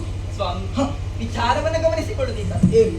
ಅಳಿತವರು ಹೇಳಿದಂತಹ ಮಾತು ಏನು? ಅಪುತ್ರಸ್ಯ ಗತಿರ್ನಾಸ್ತಿ ಎನ್ನುವ ಹಾಗೆ ಹ. ಸಂತಾನ ಇಲ್ಲದವರಿಗೆ ಸ್ವರ್ಗದಲ್ಲಿ ಸ್ಥಾನವಿಲ್ಲ. ಹ. ಸ್ವಾಮಿ, ಅದಕ್ಕೋಸ್ಕರವಾಗಿ ಹ. ಒಂದು ವಿಚಾರವನ್ನ ಹೇಳ್ತೇನೆ, ಏನು? ಒಂದು ದಾರಿಯನ್ನ ಮಾಡಿಕೊಡ್ತೇನೆ. ಏನು? ಈ ಹೊತ್ತಿಗೆ ಹ. ನಾನು ಋತುಸ್ನಾನವನ್ನ ಮುಗಿಸಿ ಹ. ನಿಮ್ಮ ಮುಂದೆ ನಿಂತಿದ್ದೇನೆ. ಹ. ಸಂತಾನವಿಲ್ಲದಷ್ಟು ವರ್ಷಗಳಿಂದ ಪರಿತಪಿಸುತ್ತಾ ಉಂಟು ನಮ್ಮ ಸಂಸಾರ. ಈ ಹೊತ್ತಿಗೆ ನನ್ನ ನೀವು ಕೂಡಿದಿರಿ ಅಂತಾದ್ರೆ ಸಂತಾನವಾಗುವಂತಹ ಯೋಗ ಭಾಗ್ಯ ನಮ್ಮ ಬದುಕಿಗಾಗಬಹುದು. ಹಾಗಾಗಿ ಇಂದು ರಾತ್ರಿ ನನ್ನನ್ನು ಸೇರಿ ನಾಳೆ ಮುಂಜಾನೆ ಕ್ಷೇತ್ರಕ್ಕೆ ಹೋಗಬಹುದಲ್ಲ? ಪ್ರಭಾವತಿ, ನಿನ್ನೊಡನೆ ದಿನ ಕಳೆಯಲು ನಿನ್ನೊಡನೆ ದಿನ ಕಳೆಯಲು ಇದರಾಜೆಯನ್ನು ತನಗಿರುವುದು ಕೇಳೋ ಮುಲ್ಲ ಹೊರಡಿಯದು ಜನಗ ನಾ ಭೋಗದಲ್ಲಿ ಕೊರಗದು ಸೈನಿಗಾಗ ನಿನ್ನೊಡನೆ ದಿನ ಕಳೆಯಲು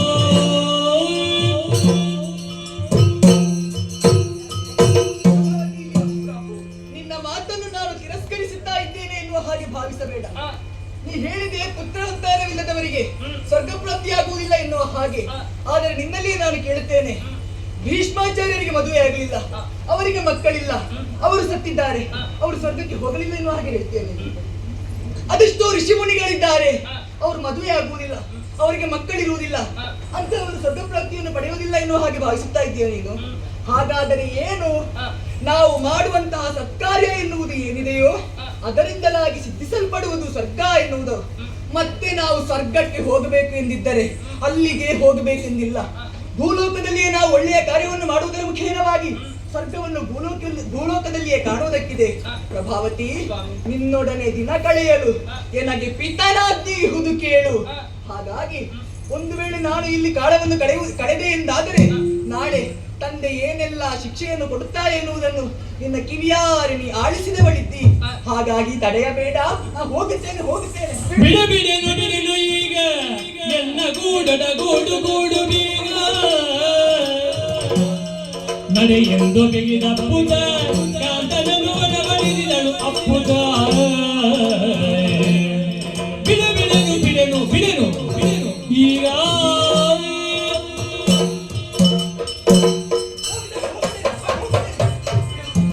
ಈ ಹೊತ್ತಿಗೆ ನಾನು ನಿಮ್ಮ ನಕ್ಷತ್ರಕ್ಕೆ ಹೋಗುವುದಕ್ಕೆ ಬಿಡುವುದಿಲ್ಲ. ಸ್ವಾಮಿ, ಒಂದು ವಿಚಾರ. ರೈತನಾದವ ಉತ್ತಮವಾದ ಬೆಳೆಯನ್ನ ಬೆಳೆಯಬೇಕು ಅಂತ ಆದ್ರೆ ಆರ್ದ್ರ ನಕ್ಷತ್ರದ ಮಳೆಯನ್ನ ಕಾಣುತ್ತಾನೆ. ಆ ಹೊತ್ತಿಗೆ ಅವ ಬೆಳೆ ಬೆಳೆದಂತಾದ್ರೆ ಉತ್ತಮವಾದಂತಹ ಫಸಲು ಆತನನ್ನು ಸೇರುವುದಕ್ಕೆ ಸಾಧ್ಯ ಉಂಟು. ಹಾಗಾಗಿ ಈ ಹೊತ್ತಿಗೆ ನಾವಿಂದು 16ನೇ ದಿವಸ ಈ ಹೊತ್ತು ನನ್ನನ್ನು ಕೂಡಿದಿರಿ ಅಂತಾದ್ರೆ ನಮ್ಮ ಮಡಿಲಿಗೆ ಒಂದು ಸಂತಾನವಾಗಿ ಬೀಳುವಂತಹ ಕಾರಣವಾಗುತ್ತದೆ. ನೀವೇನು ಕೃಷ್ಣನನ್ನ ನಮ್ಮ ಪುರಕ್ಕೆ ಕರೆಸಿ ಈ ನಮ್ಮ ಪುರದ ಜನರಿಗೆ ಕೃಷ್ಣ ದರ್ಶನವನ್ನ ಮಾಡಿಸಬೇಕು ಎನ್ನುವ ಹಾಗೆ ಸಂತೋಷದಿಂದಿದ್ದೀರಿ. ಆದ್ರೆ ನನ್ನ ಬಗ್ಗೆ ಯೋಚನೆ ಮಾಡ್ಬೇಕಲ್ಲ ಸ್ವಾಮಿ. ಖುದ್ದಾಂತಹ ಶ್ರೀಕೃಷ್ಣನನ್ನ ನನ್ನ ಮಡಿಲಿಗೆ ತಂದೊಪ್ಪಿಸಬೇಕು. ಇದು ನನ್ನ ವಿಚಾರ ಮಾತ್ರವಲ್ಲ ಸ್ವಾಮಿ. ಮತ್ತೆ ಅಂದು ನಾ ಚಂಪಕಾವತಿಯ ಹೊಸ್ತಿಲಕ್ಕಿಯನ್ನು ಒದೆಯುವಂತಹ ಹೊತ್ತಿಗೆ ನಿಮ್ಮ ತಾಯಿಯವರು ನನ್ನ ಅತ್ತೆಯವರಾಡಿದಂತಹ ಮಾತು ಏನು ಮಗಳೇ, ಇಲ್ಲಿಯವರೆಗೂ ಚಂಪಕಾವತಿಯ ನಂದಾದೀಪವನ್ನ ಬೆಳಗಿಸಿದವಳು ನಾನಿದ್ದೇನೆ. ಇನ್ನು ಮುಂದೆ ಅದು ನಿನ್ನ ವಿಚಾರ ಮಗಳೇ ಎನ್ನುವ ಹಾಗೆ. ಹಾಗಾಗಿ ನಿಮ್ಮ ಅತ್ತೆಯ ಆಸೆ ನನ್ನ ಅತ್ತೆಯ ಆಸೆಯೇ ಹೌದು, ನಿಮ್ಮ ತಾಯಿಯ ಆಸೆಯೂ. ಹಾಗಾಗಿ ನನ್ನ ಆಸೆ ನೆರವೇರಿಸುವುದಕ್ಕೆ ಬೇಕಾಗ ನನಗೊಂದು ಅವಕಾಶವನ್ನು ಮಾಡಿಕೊಡಿ ಸ್ವಾಮಿ. ಪ್ರಭಾವತಿ, ಸ್ವಲ್ಪ ಸಮಯವನ್ನು ಕೊಡು, ಆಲೋಚನೆಯನ್ನು ಮಾಡುತ್ತೇನೆ. ಸರಿ ಸತಿಗೆ ಷೋಡಶದ ಋತು ಸಮಯ ಸತಿಗೆ ಷೋಡಶದ ಋತು ಸಮಯ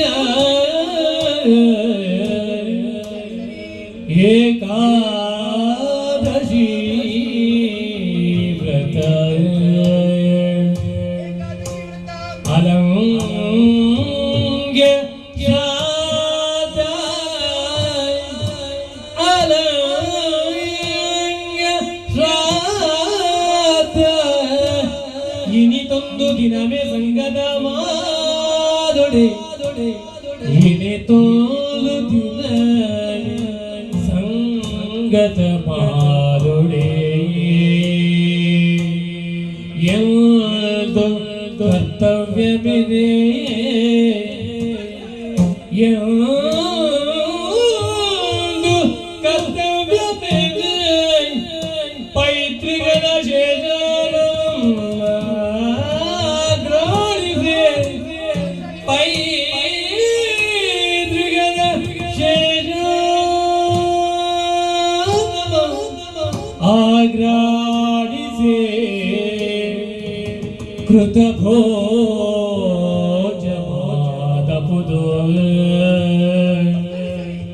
ನಡುವಿರುಗಳೆದ ನಡುವಿರುಗಳೆದ ವನಿತೆಯ ಒಡಗೂಡಬಹುದು ನಡುವಿರುಗಳೆದ ವನಿತೆಯ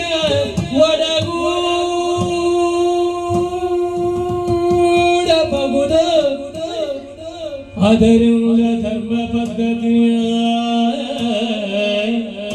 ಅದರಿಂದ ಧರ್ಮ ಪದ್ಧತಿಯ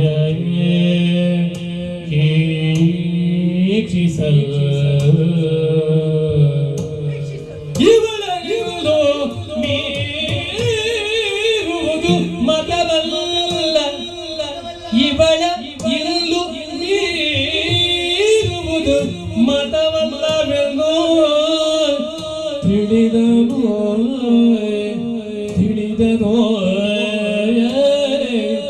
ಕೃಷ್ಣ ಮುಕುಂದ ಅಚ್ಯುತ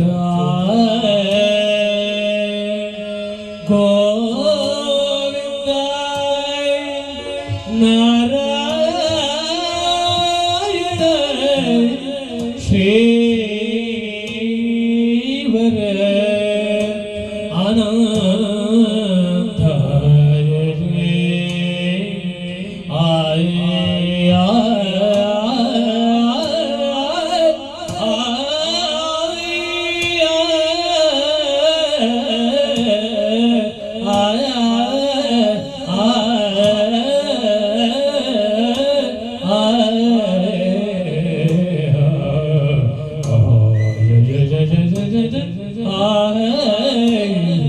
ಕೃಷ್ಣ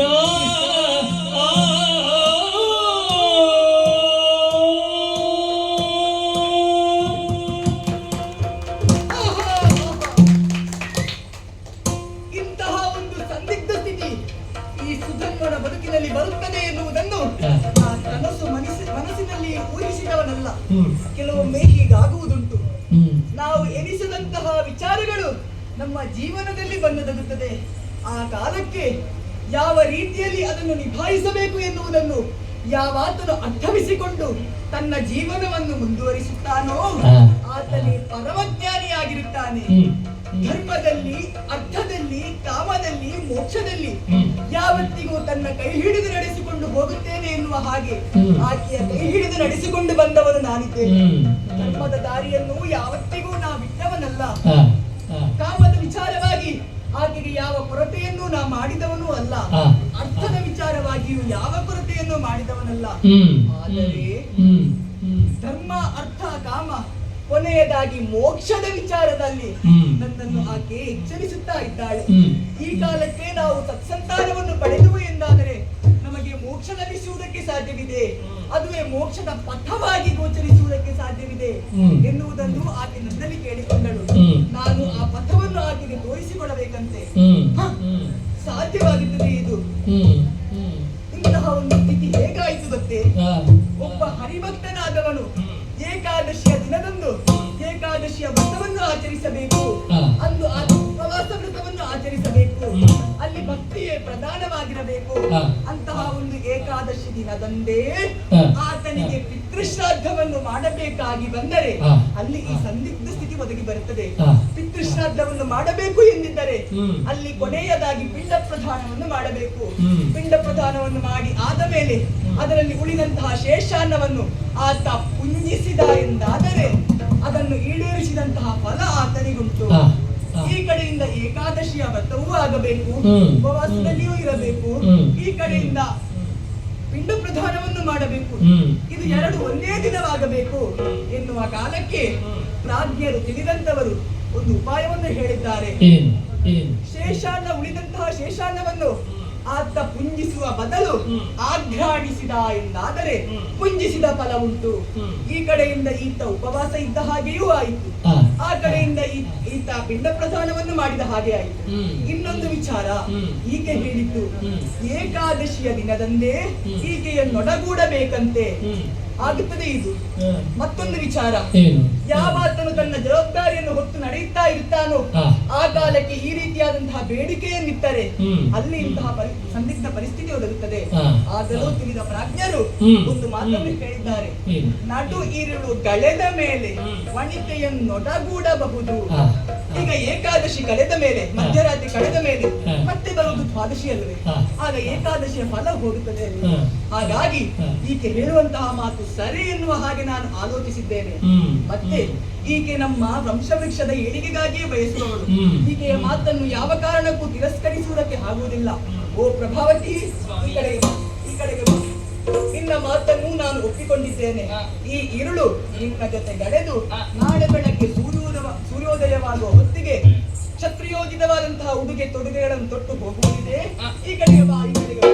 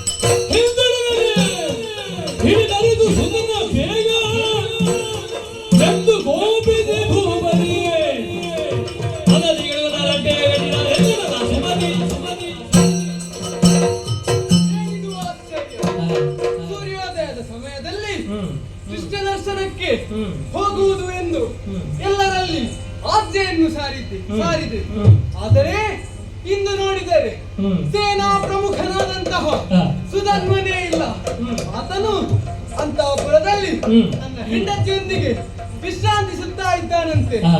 ಯಾರಲ್ಲಿ ಹ್ಮ್. ಸುಧನ್ವನ ಹೆಡೆ ಊರಿಗಟ್ಟಿ ಇಲ್ಲಿಗೆ ಕರೆತನ್ನಿ.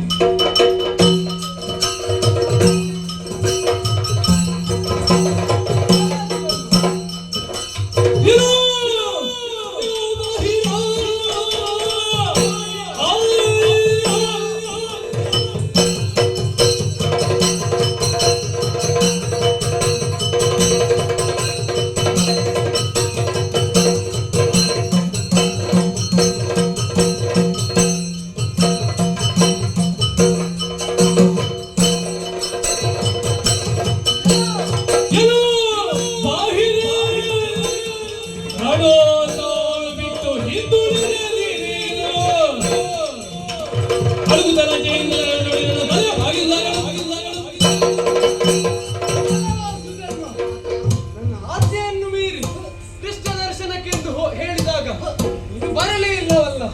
ತನ್ನ ಹೆಂಡತಿಯೊಂದಿಗೆ ಅಂತಃಪುರದಲ್ಲಿ ವಿಶ್ರಮಿಸುತ್ತಾ ಇದ್ದಿ. ಯಾಕೆ ಹೀಗೆ ಮಾಡಿದೆ? ಎಲ್ಲವನ್ನು ತಿಳಿಸು. ತಾತ ಲಾಲಿಸಬೇಕು.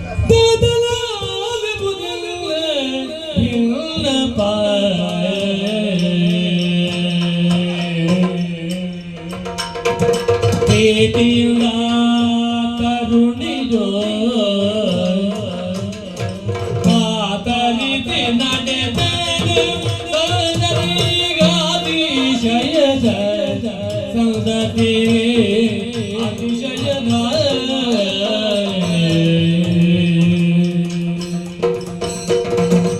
ಸಮಯ ನನಗೆ ತನಯ ಜೊತೆಯಲಿದು ರತಿ ಸುಖವ ತೋರದಿರೆ ಮುಂದಿನ ದಿನವೋ ಮುಂದೆ ಮುಂದೆ ತೊಳ ದಿನವೋ ತಾತ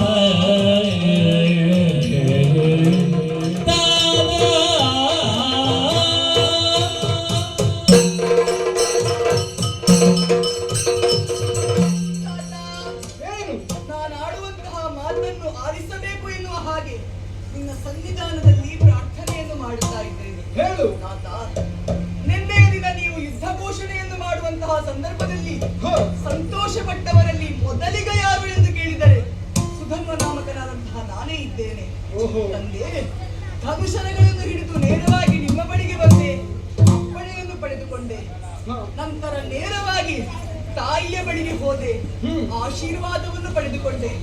ನಂತರ ತಂಗಿಯಾದಂತಹ ಕೊಲೆಯ ಬಳಿಗೆ ಹೋದೆ. ಅವಳ ಹಲಕ್ಕೆ ಹಾರೈಕೆಯನ್ನು ಪಡೆದುಕೊಂಡೆ. ನಂತರ ನೇರವಾಗಿ ಯುದ್ಧಕ್ಕೆ ಹೋಗುವುದಕ್ಕಾಗುವುದಿಲ್ಲ. ನನ್ನ ಮಡದಿಯಾದಂತಹ ಪ್ರಭಾವತಿಯಲ್ಲಿ ಒಂದು ಮಾತನ್ನು ಹೇಳಿ ಹೋಗಬೇಕು ಎನ್ನುವ ಕಾರಣಕ್ಕಾಗಿ ಆಕೆಯ ಬಳಿಗೆ ಹೋದವ ನಾನು. ಆಗ ಆಕೆ ಒಂದು ಮಾತನ್ನು ಹೇಳಿದಳು, ಅಪುತ್ರಸ್ಯ ಗತಿರ್ನಾಸ್ತಿ ಎನ್ನುವ ಹಾಗೆ.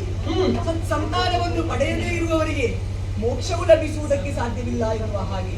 ಆ ಕಾಲಕ್ಕೆ ನಾನು ಆಲೋಚನೆಯನ್ನು ಮಾಡಿದೆ. ಮನಸ್ಸಿನಲ್ಲಿಯೇ ಶ್ರೀಕೃಷ್ಣ ಪರಮಾತ್ಮನನ್ನು ಧ್ಯಾನಿಸಿದೆ. ಆಗ ಆತನ ಪ್ರೇರೇಪಣೆಯಂತೆ ನಾನು ಆಕೆಯ ಅಂತಃಪುರದಲ್ಲಿ ಇದ್ದದ್ದೇನೋ ನಿಜ. ನಡೆದಂತಹ ವಿಚಾರ ಇಷ್ಟೇ ಸ್ವಾಮಿ. ನನ್ನನ್ನು ನೀವೇ ಕಾಯಬೇಕು. ನನ್ನನ್ನು ಕಟ್ಟ ಕಳ್ಳರನ್ನು ಎಳಕೊಂಡು ಬರುವ ಹಾಗೆ ಎಳಕೊಂಡು ಬಂದಿದ್ದಾರೆ.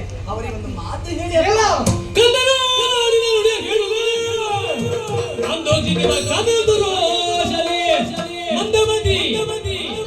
ಮಂದಮದಿ ಊಗಿರೋ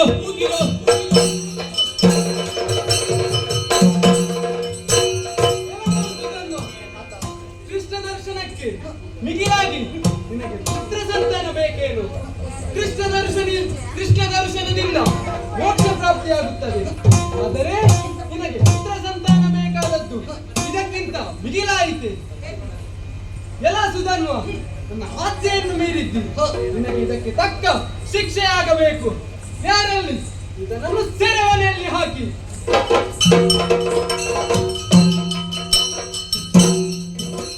ಸುಧನ್ವನನ್ನು ಸೆರೆಮನೆಯಲ್ಲಿ ಹಾಕಿದ್ದೇನೆ. ಆದರೆ ನಾನು ಮಾಡಿದ್ದು ತಪ್ಪು ಎಂದು ಆಗುತ್ತಾ ಇದೆ. ಯಾಕೆ ಅಂದರೆ ಕ್ಷತ್ರಿಯನಿಗೆ ಪುತ್ರ ಸಂತಾನವಿಲ್ಲದೆ ಮೋಕ್ಷ ದೊರೆಯುವುದಿಲ್ಲ. ಸುಧನ್ವನಿಗೂ ಪುತ್ರ ಸಂತಾನವಿಲ್ಲ. ಆದ್ದರಿಂದ ಆತನು ಅಂತಃಪುರದಲ್ಲಿ ಶ್ರಮಿಸಿದ. ಆದರೆ ಕೃಷ್ಣ ದರ್ಶನ ಇದಕ್ಕಿಂತ ಮುಗಿಲೆ ಅಲ್ಲವಲ್ಲ. ನಾನು ಹೀಗೆ ಚಿಂತಿಸಿದರೆ ಆಗಲಾರದು. ದಿನನಿತ್ಯ ನಮ್ಮನ್ನು ಆಶೀರ್ವದಿಸುವಂತಹ ಸಂಕಲಿತರಿದ್ದಾರಲ್ಲ, ಅವರಲ್ಲಿ ಕೇಳಿಕೊಳ್ಳುವ. ಸಂಕಲಿತರೇ,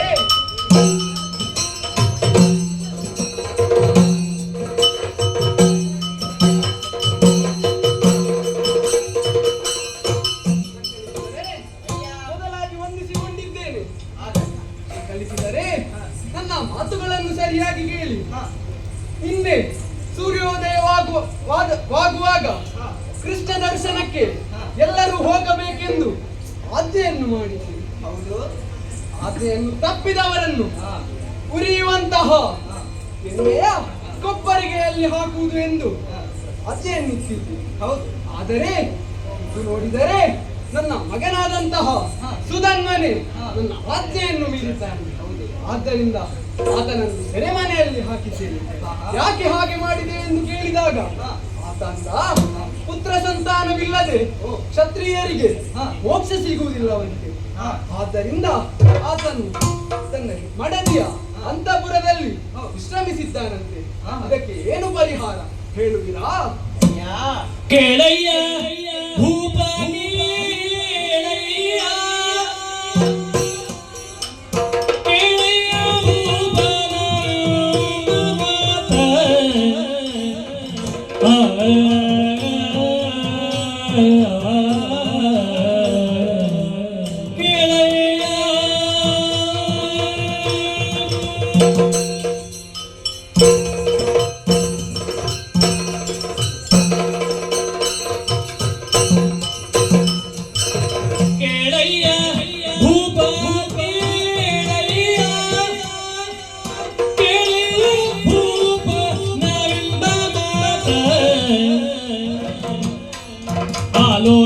ಆಲೋಚನೆಗಳಿಗೆ ವಿಖ್ಯಾತ, ಆಲೋಚನೆಗಳಿಗೆ ವಿಖ್ಯಾತ. ಪುತ್ರದಲ್ಲಿ ಕೊಟ್ಟಿರುವ ಕ್ಷತ್ರಿಕುಲದ ವಾಸಿಯಾಗಿಂದು ಬರೆವ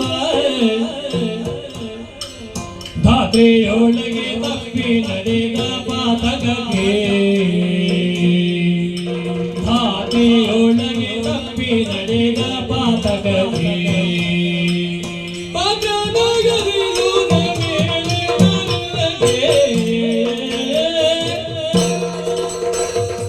ಕೇಳಯ್ಯ ಭೂಪ ಕೇಳಯ್ಯ,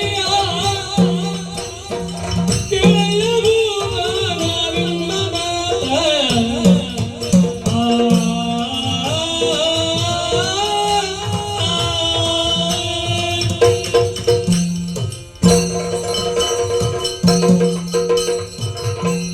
ಅಯ್ಯ ಭೂಪ, ಸಂಕಲಿಸಿದರೆ ನಾವು ಆಡುವಂತ ಮಾತನ್ನು ಸ್ವಲ್ಪ ಕೇಳಿ. ಹೇಳಿ. ನಿನ್ನೆ ದಿನ ಹಾ. ಕೃಷ್ಣನ ದರ್ಶನಕ್ಕೆ ಯಾರು ಹಿಂದಿರುತ್ತಿರುತ್ತಾರೋ ಅವರನ್ನು ಸಪ್ತ ತೈಲಕ್ಕೆ ಹಾಕುತ್ತೇವೆ ಎಂದು ರಾಜಾಜ್ಞೆಯನ್ನು ಮಾಡಿದ್ದೇವೆ. ಹಾ, ಆದರೆ ಇಂದು ನಿಮ್ಮ ಮಗನೇ ತಪ್ಪು ಮಾಡಿದ್ದಾನೆ. ಹೌದು. ಒಂದು ಶಾಸನವನ್ನು ರಾಜನಾದವನು ಹೊರಡಿಸಿದ್ದಾನೆ ಎಂದರೆ ಅದು ಎಲ್ಲರಿಗೂ ಅನ್ವಯಿಸುತ್ತದೆ. ಆದರೆ ನೀವು ನಿನ್ನ ಪುತ್ರ ವ್ಯಾಮೋಹವನ್ನು ಇಲ್ಲಿ ತೋರಿಸಿದ್ದಾರೆ. ಹಾ. ಕ್ಷತ್ರಿಯ ಕುಲಕ್ಕೆ ಹುಟ್ಟಿ ಹುಟ್ಟಿ ಮಾಡಿದಂತೆ ನಡೆದಂತಾಗುತ್ತದೆ. ನೀನು ಆ ಪಾತಕ್ಕೆ ಹೋಗದಿರು. ಹಾ, ನೀನು ಆ ಕಳಂಕವನ್ನು ನಿನಗೆ ಮಾತ್ರವಲ್ಲ ನಿನ್ನ ಪೂರ್ವಜರಿಗೂ ಕಳಂಕವಾಗುತ್ತದೆ. ಹಾ. ಹಾಗಾಗಿ ಪಿಂತೆರೊಬ್ಬ ಹರಿಚಂದ್ರಾರಿಗಳು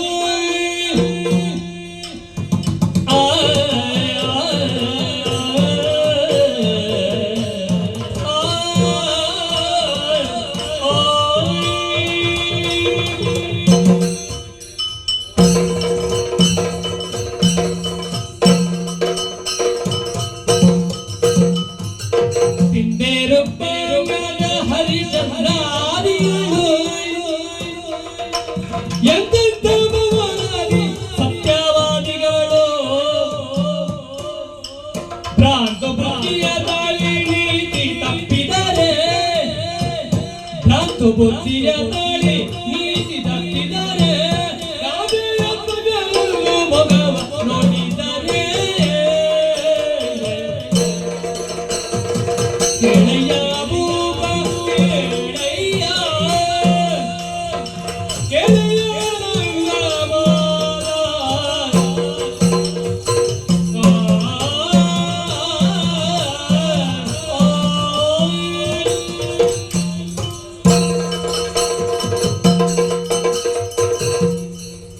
ಹಿಂದೆ ಋಕ್ಮಾಂಗದ ಹರಿಶ್ಚಂದ್ರನು ಆಡಿದಂತಹ ಈ ದೇಶ ಇದು. ಅಷ್ಟು ಮಾತ್ರವಲ್ಲ, ಋಕ್ಮಾಂಗರನ್ನು ಏಕಾದಶಿ ವ್ರತವನ್ನು ಮಾಡುವುದರ ಮೂಲಕ ಎಂತಹ ತ್ಯಾಗ ಮಾಡಿದನೆಂದು ನಿನಗೆ ತಿಳಿದೆಯಲ್ಲವೇ? ಅಷ್ಟೇ ಅಲ್ಲ, ಹರಿಶ್ಚಂದ್ರನು ತನ್ನ ಮಾತನ್ನು ಉಳಿಸುವುದಕ್ಕೋಸ್ಕರ ತನ್ನ ಪುತ್ರನನ್ನು ಪತ್ನಿಯನ್ನು ತೊರೆದ. ಹೌದು. ಅಷ್ಟೇ ಅಲ್ಲ, ಶಿವಿ ಚಕ್ರವರ್ತಿಯು ಕೇವಲ ಒಂದು ಪ್ರಾಣಿಗಳ ಪ್ರಾಣವನ್ನು ಉಳಿಸುವುದಕ್ಕೋಸ್ಕರ ತನ್ನ ಪ್ರಾಣವನ್ನು ಬಿಟ್ಟಿದ್ದಾನೆ. ನೀನು ಕ್ಷತ್ರಿಯ ಕುಲದಲ್ಲಿ ಹುಟ್ಟಿ ಆಡಿನ ಮಾತಿಗೆ ತಪ್ಪಿದಿ ಎಂದಾದರೆ ನಾವು ಈ ಕ್ಷಣವೇ ಇಲ್ಲಿಂದ ಹೋಗುತ್ತೇವೆ. ನಾವು ಖಂಡಿತ ನನಗೆ ಪುತ್ರ ವ್ಯಾಮೋಹವೇನೂ ಇಲ್ಲ. ಆದ್ದರಿಂದ ಇದನ್ನು ನಾನು ಉರಿಯುತ್ತಿರುವಂತಹ ಇಲ್ಲದ ಕೊಬ್ಬರಿಗೆ ಹಾಕುತ್ತೇನೆ. ನೀವು ಒಳಗಿದ್ದುಕೊಳ್ಳಿ.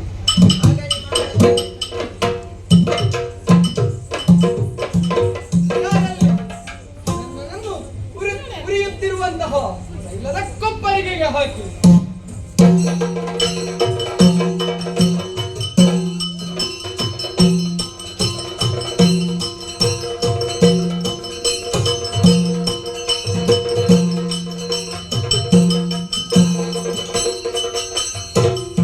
ಮಾಧವ ಹರಿ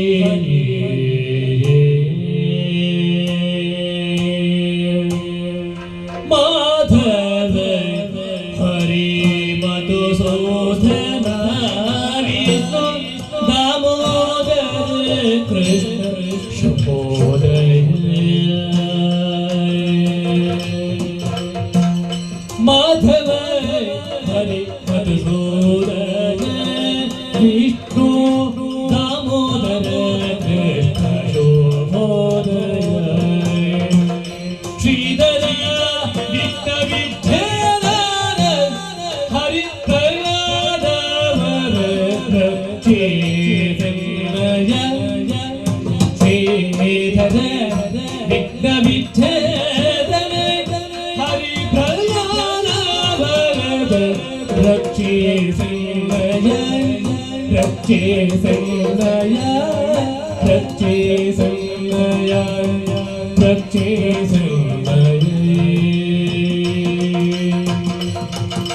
ಶ್ರೀಧರ ವಿಟ್ಟ ವಿಚೇತನ ಹರಿ ಪ್ರಹ್ಲಾದ ವರದ ರಕ್ಷೇ ಮಾಧವ ಹರಿ ಮಧುಸೂದನ ವಿಷ್ಣು दामोदर कृष्ण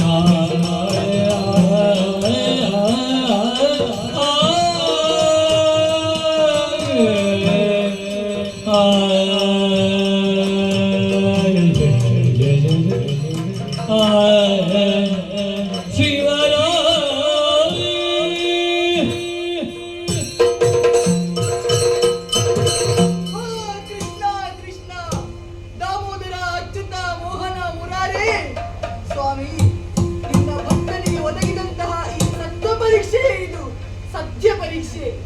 ಸ್ವಾಮಿ, ನಿನ್ನೆಯ ದಿನ ಪ್ರಭಾವತಿಯ ಅಂತಃಪುರಕ್ಕೆ ಹೋದಂತಹ ಸಮಯದಲ್ಲಿ ಆಕೆ ಹೇಳಿದಂತಹ ಮಾತು, ಆ ಮಾತನ್ನು ಕೇಳಿದ ನಂತರ ನಾ ಆಲೋಚಿಸಿದ್ದು ನಿನ್ನ ಬಗ್ಗೆಗೆ ಮಾತ್ರ. ಸ್ವಾಮಿ, ನಿನ್ನನ್ನು ಮನಸ್ಸಿಜ ಪಿತ ಎನ್ನುವ ಹಾಗೆ ಕೊಂಡಾಡುತ್ತಾರೆ. ಕೇವಲ ಮನ್ಮಥನ ತಂದೆ ಎನ್ನುವ ಕಾರಣಕ್ಕೆ ನಿನ್ನನ್ನು ಮನಸ್ಸಿಜ ಪಿತ ಎನ್ನುವ ಹಾಗೆ ಹೇಳುವುದಲ್ಲ. ಮಾನವನ ಜೀವನದಲ್ಲಿ ಕೈಗೊಳ್ಳುವಂತಹ ಪ್ರತಿಯೊಂದು ತೀರ್ಮಾನಕ್ಕೂ ನೀನೇ ತಂದೆ ಎನ್ನುವ ಕಾರಣಕ್ಕಾಗಿ ನಿನ್ನನ್ನು ಮನಸ್ಸಿಜ ಪಿತ ಎನ್ನುವ ಹಾಗೆ ಕೊಂಡಾಡುತ್ತಾರೆ. ಅದೇ ಕಾರಣಕ್ಕಾಗಿ ನಾನು ನಿನ್ನನ್ನು ಧ್ಯಾನಿಸಿದ್ದು. ಆಗ ನೀನೇ ಪ್ರೇರೇಪಿಸಿದೆ ನನ್ನನ್ನು, ಸುಧನ್ವ ಹೀಗೆ ಮಾಡು ಎನ್ನುವ ಹಾಗೆ. ಆ ಕಾರ್ಯಕ್ಕಾಗಿಯೇ ನಾನು ಪ್ರಭಾವತಿಯ ಅಂತಃಪುರದಲ್ಲಿದ್ದದ್ದು. ಆದರೆ ನನ್ನ ತಂದೆಯವರು ಅದುವೇ ಮಹಾಪರಾಧ ಎನ್ನುವ ಹಾಗೆ ಭಾವಿಸಿ ನನ್ನನ್ನು ಕೊತ್ತನೆ ಕುದಿಯುತ್ತಾ ಇರುವಂತಹ ತೈಲಕ್ಕೆ ತಂದು ಹಾಕಿದಾರಲ್ಲ ಸ್ವಾಮಿ. ಏನು ಸ್ವಾಮಿ ಇದು? ನಾನು ಇಲ್ಲಿ ಸಾಯುತ್ತೇನೆ ಎನ್ನುವಂತಹ ಯಾವ ಭಯವೂ ನನಗಿಲ್ಲ. ಆದರೆ ಹರಿಭಕ್ತನಾದಂತಹ ನಾನು, ವೈಷ್ಣವನಾದಂತಹ ನಾನು ಅಪವಾದ ಎನ್ನುವಂತಹ ಕೊಳೆಯನ್ನು ಕಲೆಯನ್ನು ಮೈಯಲ್ಲಿ ಅಂಟಿಸಿಕೊಂಡು ಸಾಯುತ್ತಾ ಇದ್ದೇನೆ ಎನ್ನುವಂತಹ ಒಂದು ಭೀತಿ ಸ್ವಾಮಿ ನನಗೆ. ಸ್ವಾಮಿ, ರಣದಲ್ಲಿ ವಿರೋಧಿಗಳ ಅಂಬುಗಳ ಘಾತದಿಂದ ನಾನು ಸಾಯಬೇಕಿತ್ತು. ಆದರೆ ಅಪವಾದದ ನೋವಿನಿಂದ ನಾನು ಸಾಯುತ್ತಾ ಇದ್ದೇನಲ್ಲ ಸ್ವಾಮಿ. ಎಲ್ಲವೂ ನಿನ್ನ ಪಾದ ಮೂಲಕ್ಕೆ ಹಾಕಿದ್ದೇನೆ. ಎಲ್ಲಿಯಾದರೂ ಹಾಕು ನೀನು. ಎಲ್ಲವೂ ಕೃಷ್ಣಾರ್ಪಣ ವಸ್ತು ಎನ್ನುವ ಹಾಗೆ ಧ್ಯಾನಿಸಿ ನಿನ್ನನ್ನೇ ಧ್ಯಾನಿಸುತ್ತೇನೆ. ಜಯ ಜಯ ಜಯ ಜಯ ಶ್ರೀಹರಿ ಶ್ರೀಹರಿ. ಕುಂಬಿನಿ ಗುರುನಿಗೆ ಗಂಡು ಗದೆಗಳು ಬಂದು ತಮ್ಮನನ್ನು ಬರುವರಿವರಿಯುದ ಕಡು ಉಳಿದು ಮುಂಬರಿದು ಎಳನೀರುಗಳು ತಗವನು ಉರಿಯಲುರಿ ಅಮ್ಮನಿಗೆ ಹಾಯ್ದುಗೆ ಬೆಗುಳು ಉಳಿದು. ನಾವು ನಿತ್ಯವೋ ಎಚ್ಚರದಲ್ಲಿದ್ದೇವೆ, ಒಂದು ತಿಳಿಯುತ್ತಿಲ್ಲ. ಹೌದು, ಯಾಕೆ ಏನಾಯ್ತು?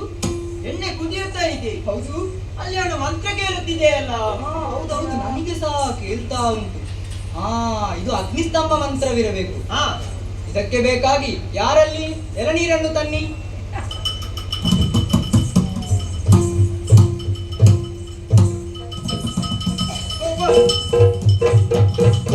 ಮೈಯೆಲ್ಲ ಗುಳ್ಳೆ ಬರುತ್ತಿದೆಯಲ್ಲ. ಹೌದು ಹೌದು, ಉರಿಯುತ್ತಾ ಉಂಟು. ಏನಿದು? ಏನಾಯ್ತು? ಎಲ್ಲ ಆತನ ಕೃಷ್ಣ ಭಕ್ತಿಯೇ ಇರಬೇಕು. ಹೌದು ಹೌದು, ಇದಾತನ ಕೃಷ್ಣ ಭಕ್ತಿಯೇ ಇರಬೇಕು. ನಾವು ಆಡಿ ಏನೋ ತಪ್ಪು ಮಾಡಿಬಿಟ್ಟೆವು. ಹೌದೌದು, ನಾವು ಆಡಿಯನ್ನು ತಪ್ಪು ಮಾಡಿಬಿಟ್ಟೆವು. ಹೀಗೆ ನಾವು ಆಸ್ಥಾನಕ್ಕೆ ಹೋದರೆ ನಮ್ಮನ್ನು ಬಿಡಲಾರೆರು. ಹಾಗಾಗಿ ನಾನು ಹೇಳ್ತಿದ್ದೇನೆ, ಬದುಕುವುದಿದ್ದರು ಸಾಯುದಿದ್ದರು ಅವನೊಂದಿಗೆ ಎಣ್ಣೆಯ ಕೊಬ್ಬರಿಗೆ ಹಾರಿ ಬಿಡೋಣ.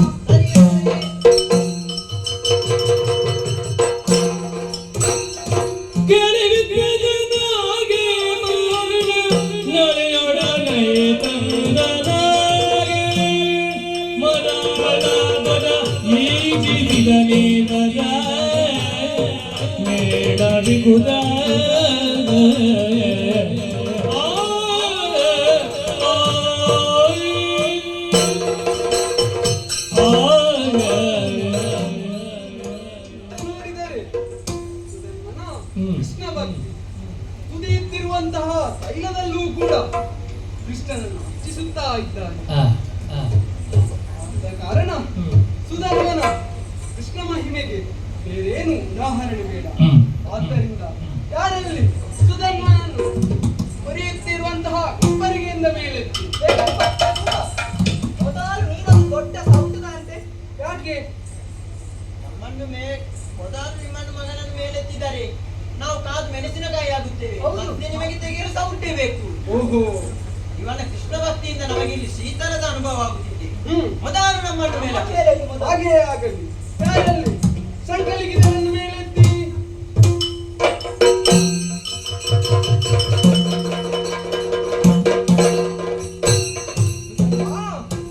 ಏನು ಮಗನೇ, ಹೇಳು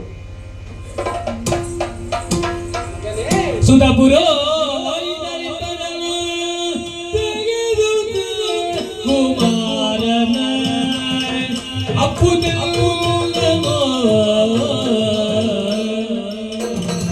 ಸುತನೇ ಉಳುಹಿದನೆ ದೇವಗಿರಿದನು ಎಂದೋ ಮಗನೇ.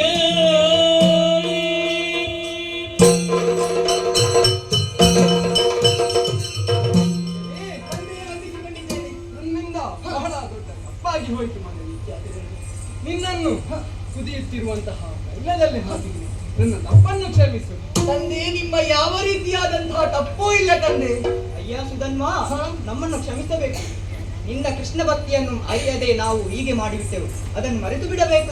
ಶಂಕರಿಕಿತರೆ, ನಿಮ್ಮದ್ದು ಯಾವ ತಪ್ಪೂ ಇಲ್ಲ. ನೀವು ಈ ರೀತಿ ಮಾಡಿದ್ದೀರಿ ಎಂದ ಕಾರಣಕ್ಕಾಗಿ ಈ ಸುಧನ್ವನ ಕೀರ್ತಿ ಎನ್ನುವುದು ಲೋಕಮುಖಕ್ಕೆ ತೋರುವಂತಾಯಿತು. ಹೌದು ಹೌದು, ಕ್ಷಮಿಸಬೇಕು. ಆಯ್ತು. ನಾನು ಹೋಗಲೇ. ನಿನ್ನನ್ನು ಉರಿಯುತ್ತಿರುವಂತಹ ಬಾಡಿಗೆಗೆ ಹಾಕಿ. ಯಾಕೆ ಗೊತ್ತೇ? ರಾಜನಾದಂತಹ ನಾನು ನನ್ನ ಶಾಸನವನ್ನು ಮೀರಬಾರದಲ್ಲ. ಆದ್ದರಿಂದ ಈ ರೀತಿ ಮಾಡಿದೆ. ಮಗನೇ, ಇನ್ನು ತಡ ಮಾಡುವುದು ಸರಿಯಲ್ಲ. ಇದು ನನ್ನ ವೀರ್ಯವನ್ನು ಇಟ್ಟಿದ್ದೇನೆ. ರಣರಂಗಕ್ಕೆ ಹೋಗಿ ವಿಜಯಶಾಲಿಯಾಗಿ ಬಾ.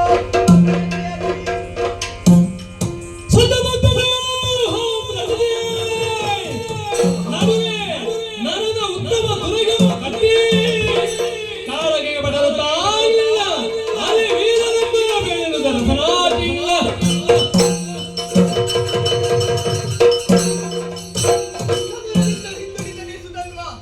ಎನ್ನುವ ಹಾಗೆ ನನ್ನ ತಂದೆಯವರು ಆಡಿದಂತಹ ಮಾತು. ಹಾಗಾಗಿ ಯಾವ ಶಿಕ್ಷೆಯನ್ನು ವಿಧಿಸುವುದಕ್ಕೆ ಸಾಧ್ಯವಿದೆಯೋ ಅಂತಹ ಶಿಕ್ಷೆಯನ್ನು ಈ ಸುತನ್ವನಿಗೆ ವಿಧಿಸುವುದಕ್ಕೆ ಮುಂದಾದರು. ಆದರೆ ಶ್ರೀಹರಿಯ ನಾಮಜಪವನ್ನು ಮಾಡುವುದರ ಮುಖೇನವಾಗಿ ಆ ಶಿಕ್ಷೆಯಿಂದ ಮೇಲೆದ್ದು ಬಂದವನಿದ್ದೇನೆ. ಇನ್ನು ತಡ ಮಾಡುವುದು ಸರಿಯಲ್ಲ.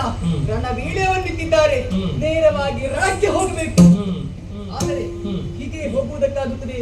ರಣಕ್ಕೆ ಹೋಗಬೇಕು ಎಂದಿದ್ದರೆ ಅದಕ್ಕೆ ಉಚಿತವಾದಂತಹ ವ್ಯೂಹವನ್ನು ಬಳೆಯಬೇಕು. ಏನು ಮಾಡುವುದು? ಆಲೋಚನೆಯನ್ನು ಮಾಡುವಾಗ ಗೊತ್ತಾಗುತ್ತದೆ. ಪಾರ್ಥನೊಂದಿಗೆ ಬರುವವ ಯಾರು? ಪದ್ಮಾಕ್ಷನಲ್ಲವೇ? ಪದ್ಮಾಕ್ಷ ಬರುವಾಗ ನಾವು ಪದ್ಮವ್ಯೂಹವನ್ನು ರಚಿಸಿದ್ರೆ ಏನು? ಆತನಿಗೆ ಪ್ರಿಯವಾದಂತಹ ಪದ್ಮವ್ಯೂಹವನ್ನೇ ರಚಿಸುತ್ತೇನೆ. ನೋಡೋಣ, ಆತನ ನಿರೀಕ್ಷೆಯಲ್ಲಿರ್ತೇನೆ.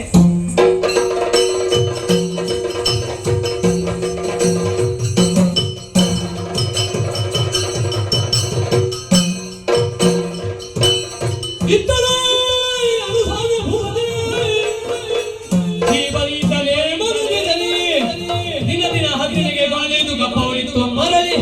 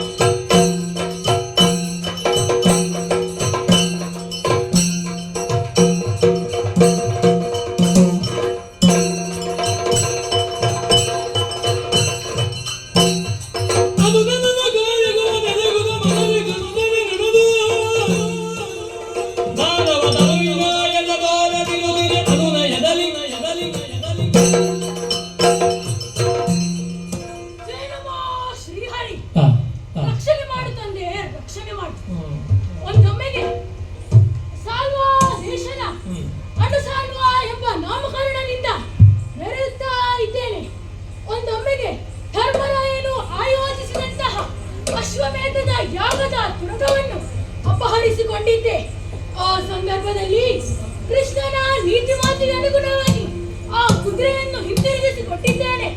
ಅಷ್ಟು ಮಾತ್ರವಲ್ಲ, ಯಜ್ಞದ ಸಹಾಯಾರ್ಥಕವಾಗಿ ಸಂಗ್ರಹವಾದಂತಹ ಕಷ್ಟಗಳನ್ನು ಅಸ್ಥಿರಾವತಿಗೆ ಸಾಗಿಸುವಲ್ಲಿ ಕೂಡ ಸಹಾಯ ಮಾಡಿದ್ದೇನೆ.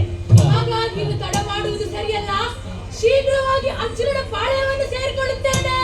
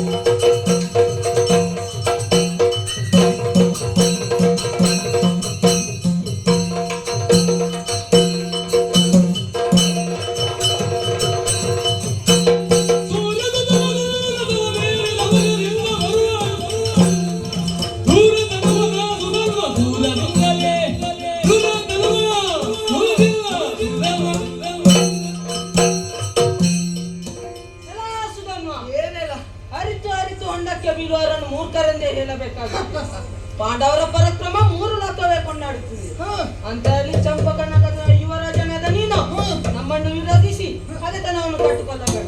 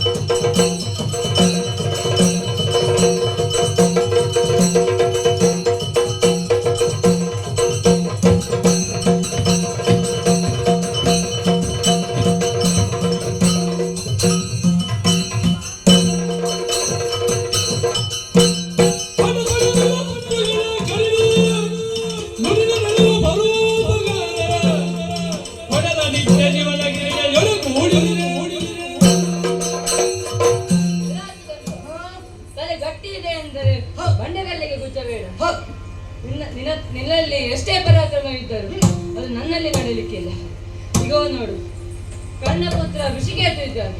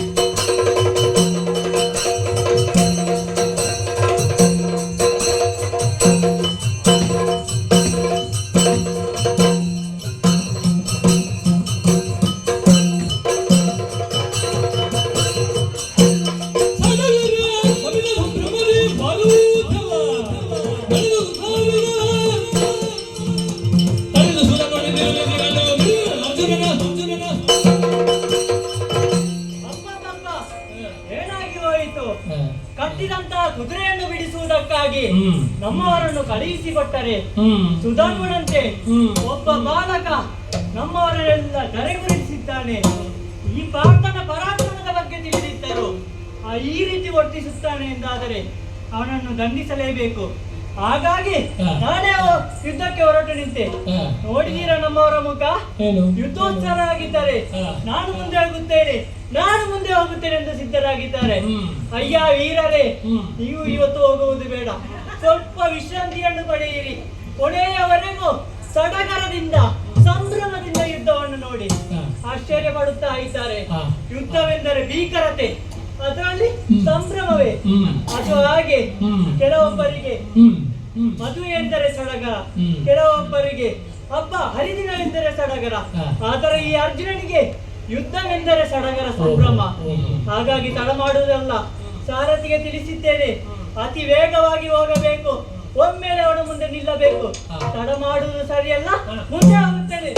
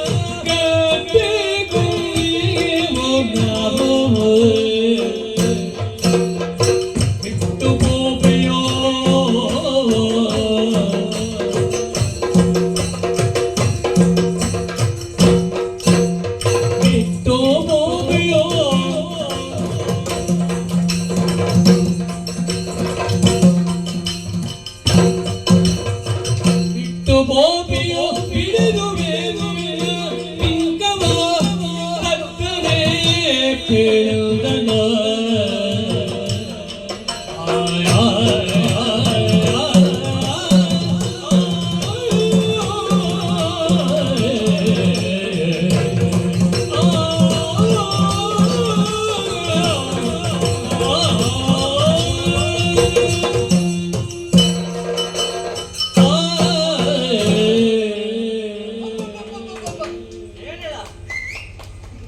ನಿನ್ನನ್ನು ನೋಡುವಾಗ ನನಗೆ ಅರ್ಥವಾಗುತ್ತಾ ಇಲ್ಲ. ಏನು? ಬಂದಂತಹ ಪ್ರಥಮದಲ್ಲಿ ಹಾ. ನಾನೇ ತೊಡಗಿಸಿಕೊಂಡವನಿದ್ದೇನೆ. ಯಾಕೆ ಹೇಳು? ಹಾ. ನಾನು ಇಲ್ಲಿಯೇ ಇದ್ದವ, ಹೌದು. ನೀನು ಎಲ್ಲಿಂದಲೋ ಬಂದವ. ಹಾ. ಹಾಗಾಗಿ ಇಲ್ಲಿ ಇದ್ದವನ ಬಗ್ಗೆ ಬಂದವನಿಗೆ ಗೊತ್ತಾಗುವುದು ಬೇಡವೆ? ಹಾ. ಹ. ನಿನ್ನ ಪಾಲಯದಲ್ಲಿ ಅದೆಷ್ಟೋ ಯೋಧರು ಯುದ್ಧಕ್ಕೆ ಬಂದಿದ್ದಾರೆ, ಹಾ. ಪರಿಣಾಮವಾಗಿ ಸೋತು ಹೋಗಿದ್ದಾರೆ. ಇನ್ನು ಯಾರು ಹೋಗ್ಲಿಕ್ಕಿಲ್ಲ, ನಾನು ಬಂದಿದ್ದೇನೆ. ಹೌದೇ? ಹಾ. ಅದುವೇ ನಾನು ಹೇಳಲು ಹೊರಟದ್ದು. ಹಾ. ಪಾರ್ಥ, ಏನು? ನೀನು ಬಂದಿದ್ದಿ, ಹಾ. ನನಗೆ ಸಮರಕ್ಕೆ ಸಮದಂಡಿಯಾಗಿ ನಿಂತಿದ್ದಿ. ಹಾ. ನೀನೇ ಅರ್ಜುನ ಎನ್ನುವುದು ನನಗೆ ಸ್ಪಷ್ಟವಾಗಿ ಅರ್ಥವಾಯಿತು. ಹಾ. ಪಾರ್ಥ, ಏನು? ನಿನ್ನಲ್ಲಿಯೇ ಒಂದು ಪ್ರಶ್ನೆಯನ್ನು ಕೇಳ್ತೇನೆ ನಾನು. ಏನು? ಕೇಳ್ಬೇಕಾ? ಕೇಳು. ಸೃಷ್ಟಿಗರ್ಜುನನೆಂಬವ ನೀನೆಯೋ? ಸೃಷ್ಟಿಯಲ್ಲಿ ಹಲವು ಮಂದಿ ಅರ್ಜುನರಿದ್ದಾರೆ, ಹಾ. ನಮ್ಮಲ್ಲೂ ಅರ್ಜುನರಿದ್ದಾರೆ, ಹಾ. ಆದರೆ ಸೃಷ್ಟಿಸುವ ಅರ್ಜುನ ನಾನು. ಹೌದೇ? ಹಾ. ನಾನು ಕೇಳಿದ್ದು ಪ್ರಶ್ನೆ ಅಲ್ಲ, ಮತ್ತೆ ಅದುವೇ ಉತ್ತರ. ಓ, ಸೃಷ್ಟಿಗರ್ಜುನನೆಂಬವ ನೀನೆಯೋ? ಹೌದು. ಖಂಡಿತವಾಗಿಯೂ ನೀನೆ. ಹಾ. ಅದನ್ನು ಒಪ್ಪಿಕೊಂಡವೇ ನಾನಿದ್ದೇನೆ. ಹಾ. ಅರ್ಜುನನೇ ಒಬ್ಬ ಸೃಷ್ಟಿಯಂತೆ. ಹ್ಮ್. ಆ ಅರ್ಜುನ ಇನ್ನೆಷ್ಟೋ ಸೃಷ್ಟಿಯನ್ನು ಮಾಡಿದ್ದಾನಂತೆ. ಹಾ. ತನ್ನ ತಾಯಿಯ ಆಸೆಯನ್ನು ಈಡೇರಿಸುವುದಕ್ಕೆ ಬೇಕಾಗಿ, ಹಾ. ಗಜಗೌರಿ ವ್ರತವನ್ನು ಮಾಡುವುದಕ್ಕೆ ಬೇಕಾಗಿ, ಹಾ. ದೇವಲೋಕದಿಂದ ಐರಾವತವನ್ನು ಧರೆಗಿಳಿಸುವುದಕ್ಕಾಗಿ ಹಾ. ಬಾಣದ ಮುಖೇನ ಏಣಿಯನ್ನು ಸೃಷ್ಟಿಸಿದ್ದಾನಂತೆ. ಬಾಲ್ಯದಲ್ಲಿ ನಡೆದಂತ ಪ್ರಕರಣ. ಹೌದು. ಹಾ. ಮಾತ್ರವಲ್ಲ, ಹಾ. ಪರಶಿವನೊಡನೆ ಪಾಸಾಟಿಯಾಗಿ ಹೋರಾಡುವುದರ ಮುಖೇನ ಹಾ. ಕೈಯಲ್ಲಿ ಹಿಡಿದಿದ್ದೀಯಲ್ಲ ಹಾ. ಪಾಶುಪತಾಸ್ತ್ರ, ಹೌದು. ಅದನ್ನು ಪಡೆದಿದ್ದೀಯಂತೆ. ಹಣೆಗೆ ಪೆಟ್ಟು ಕೊಟ್ಟಿದ್ದೇನೆ, ಈಗಲೂ ದೇವರು ಇರಿಸಿಕೊಂಡಿದ್ದಾರೆ, ಹೌದಲ್ವೇ? ಪಾಠ ಪ್ರಹಾರ ಎಂದು. ಹೌದಲ್ವೇ? ಕಂದಚ್ಚುತ್ತಾರೆ ಈಗಲೂ ಕೂಡ. ಪಾರ್ಥ, ಹಾ. ನಿನ್ನ ವಿಚಾರವಾಗಿ ನಾನು ಇಷ್ಟೆಲ್ಲ ತಿಳಿದುಕೊಂಡಿದ್ದರೂ ಹಾ. ನಿನ್ನ ಅಶ್ವವನ್ನು ನಾನು ಕಟ್ಟಿದ್ದೇನೆ ಎಂದಾದರೆ, ಹಾ. ಪಾರ್ಥ, ನಾನು ಕಟ್ಟಿರುವಂತಹ ಅಶ್ವವನ್ನು ನೀನು ಬಿಡಿಸುತ್ತೇನೆ ಎಂಬ ಬಿಂಕವ ನಿನಗೆ ತಟ್ಟನೆ ಬೇಡ. ಅಲ್ಲ, ನೀನು ಇಷ್ಟು ಹೊತ್ತು ಮಾತನಾಡಿ ನಮ್ಮವರನ್ನು ಬೇಗ ಕಳಿಸಿದೆ, ನನಗಾಗುವ ತಟ್ಟನೆ ಅದೊಂದು ಇರಬೇಕು. ವಿಷಯ ಉಂಟು ಪಾರ್ಥ. ಏನು? ಬಂದವರು ಹೆಚ್ಚು ಮಾತನಾಡಿದ್ರೆ ಹಾ. ಇಲ್ಲಿ ಇದ್ದವರಿಗೆ ಸ್ವಲ್ಪ ಸಮಸ್ಯೆ ಆಗುದುಂಟು. ಹಾ. ಇನ್ನು ಯಾರಿಗೆ ಸಮಸ್ಯೆ ಆಗುದಿಲ್ಲ. ಏ ಹುಡುಗ, ಏನು? ಹುಡುಗ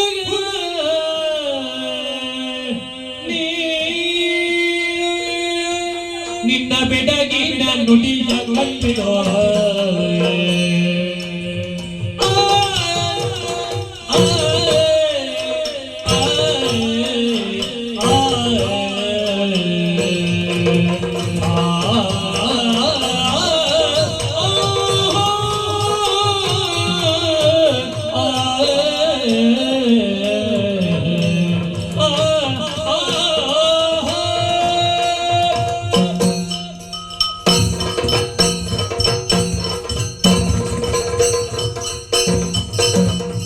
ಹುಡುಗ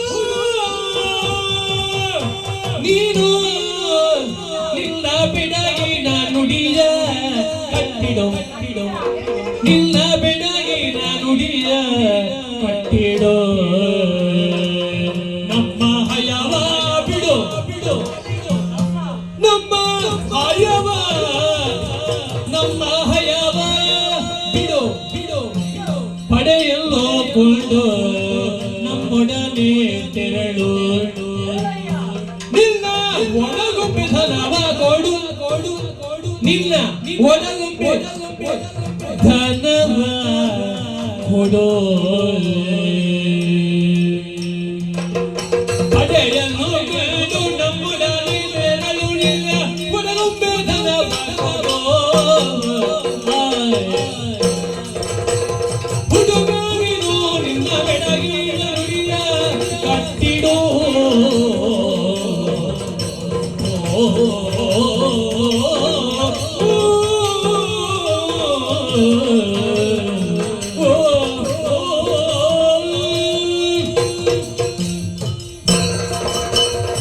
ಹುಡುಗ ಏ ಹುಡುಗ, ಯಾರು ಹುಡುಗ? ಎಷ್ಟೊತ್ತು ಮಾತನಾಡ್ತೀಯೋ? ನೀನು ಇನ್ನು ಚಿಕ್ಕವ, ಹಾಗಾಗಿ ಹುಡುಗ ಎಂದೆ. ಹೌದಾ? ಅಲ್ಲ, ಪ್ರಾಯ ಆಯ್ತಾ? ನನಗೆ ಎಲ್ಲರೂ ಅರುಣ್ ಅಂತ ಕರೀತಾರೆ. ಹೌದಾ? ಪ್ರಾಯ ಆದಾಗೆ ಕಾಣ್ತಾನ? ಇಲ್ಲ, ಕಾಣುವುದಿಲ್ಲ.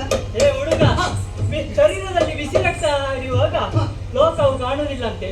ಹಾಗಾಯ್ತು ನಿನ್ನ ಖಾತೆ. ಯಾಕೆ? ಈ ಪಾರ್ಥನ ಪರಾಕ್ರಮವು ತಿಳಿದಿದ್ದರು ಹಾ. ನನ್ನ ಕಡೆ ಸೆಣಸಲಿಕ್ಕೆ ಸಿದ್ಧನಾಗಿದ್ದೀಯಲ್ಲ, ನಿನ್ನ ಬೆಳಗಿನ ನುಡಿಗಳನ್ನು ಕಟ್ಟಿಡು. ನೀನು ಮಾಡಿದ ತಪ್ಪಿಗೆ ನಮ್ಮ ಹಯವನ್ನು ಬಿಡು. ಆನಂತರ ನಿನಗೆ ಬಲ ಪ್ರದರ್ಶನ ಮಾಡುವ ಆಸೆ ಇದ್ದರೆ ನಮ್ಮ ಸೇನೆಯನ್ನು ಸೇರಿಕೋ. ನೀನು ಉತ್ತಮ ಪ್ರದರ್ಶನವನ್ನು ನೀಡಿದರೆ ಮುಂದೆ ನಿನ್ನನ್ನು ನಮ್ಮ ಸೇನೆಯಲ್ಲೇ ಪ್ರದರ್ಶನಿಗೆ ನೋಡ್ಲಿಲ್ಲ ನೀನು? ಈಗ ಉತ್ತಮವಾಗಿದೆ, ನಮ್ಮನ್ನೆಲ್ಲ ಕಳಿಸಿದ್ದೆ. ಹೌದಾ? ಹೀಗೆ ಮುಂದುವರಿದರೆ ನಿನ್ನನ್ನು ನಮ್ಮ ತಂಡದಲ್ಲಿ ಸೇರಿಸುತ್ತೇನೆ. ಹೌದಾ? ನಿನಗೆ ನಾನೇ ಗುರುವಾಗುತ್ತೇನೆ. ಯಾಕೆ ಗೊತ್ತಾ? ಯಾಕೆ? ಯಾವ ವ್ಯೂಹಕ್ಕೆ ಯಾವ ಪ್ರತಿವ್ಯೂಹ, ಯಾವ ಅಸ್ತ್ರಕ್ಕೆ ಯಾವುದು ಪ್ರತ್ಯಸ್ತ್ರ ಎಲ್ಲವನ್ನು ತಿಳಿಸಿಕೊಡುತ್ತೇನೆ. ಅಷ್ಟೇ ಅಲ್ಲ, ನಿನ್ನ ಅಪ್ಪನನ್ನು ನಿನ್ನ ಸೇನೆಯನ್ನು ಕರೆದುಕೊಂಡು ಬಾ.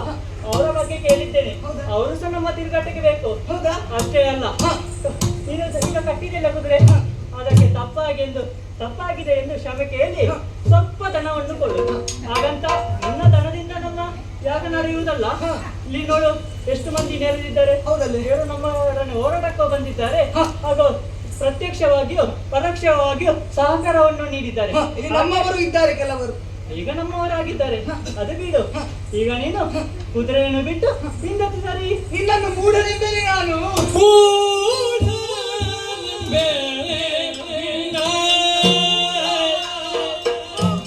ರೂಢಿಯ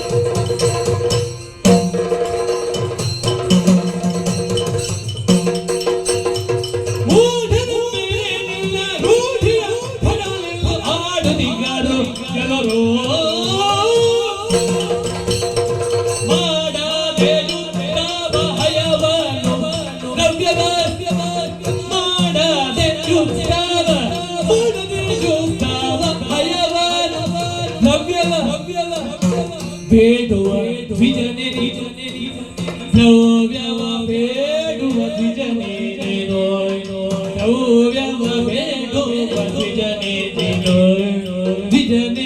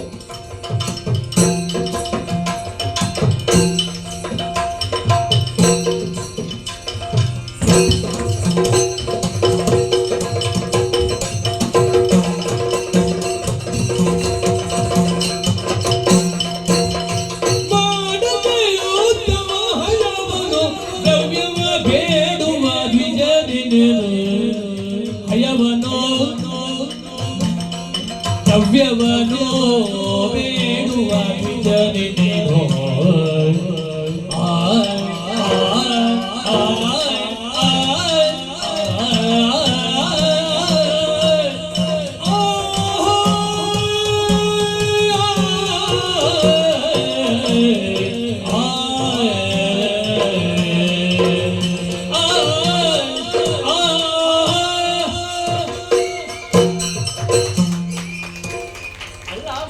ಇಷ್ಟು ಪರಾಕ್ರಮ ತೋರಿದರೆ ಇನ್ನನ್ನು ಬೇಗ ನಮ್ಮ ಸೇನೆಗೆ ತಿರುಗಿಸಿ ಸೇರಿಸುತ್ತೇವೆ.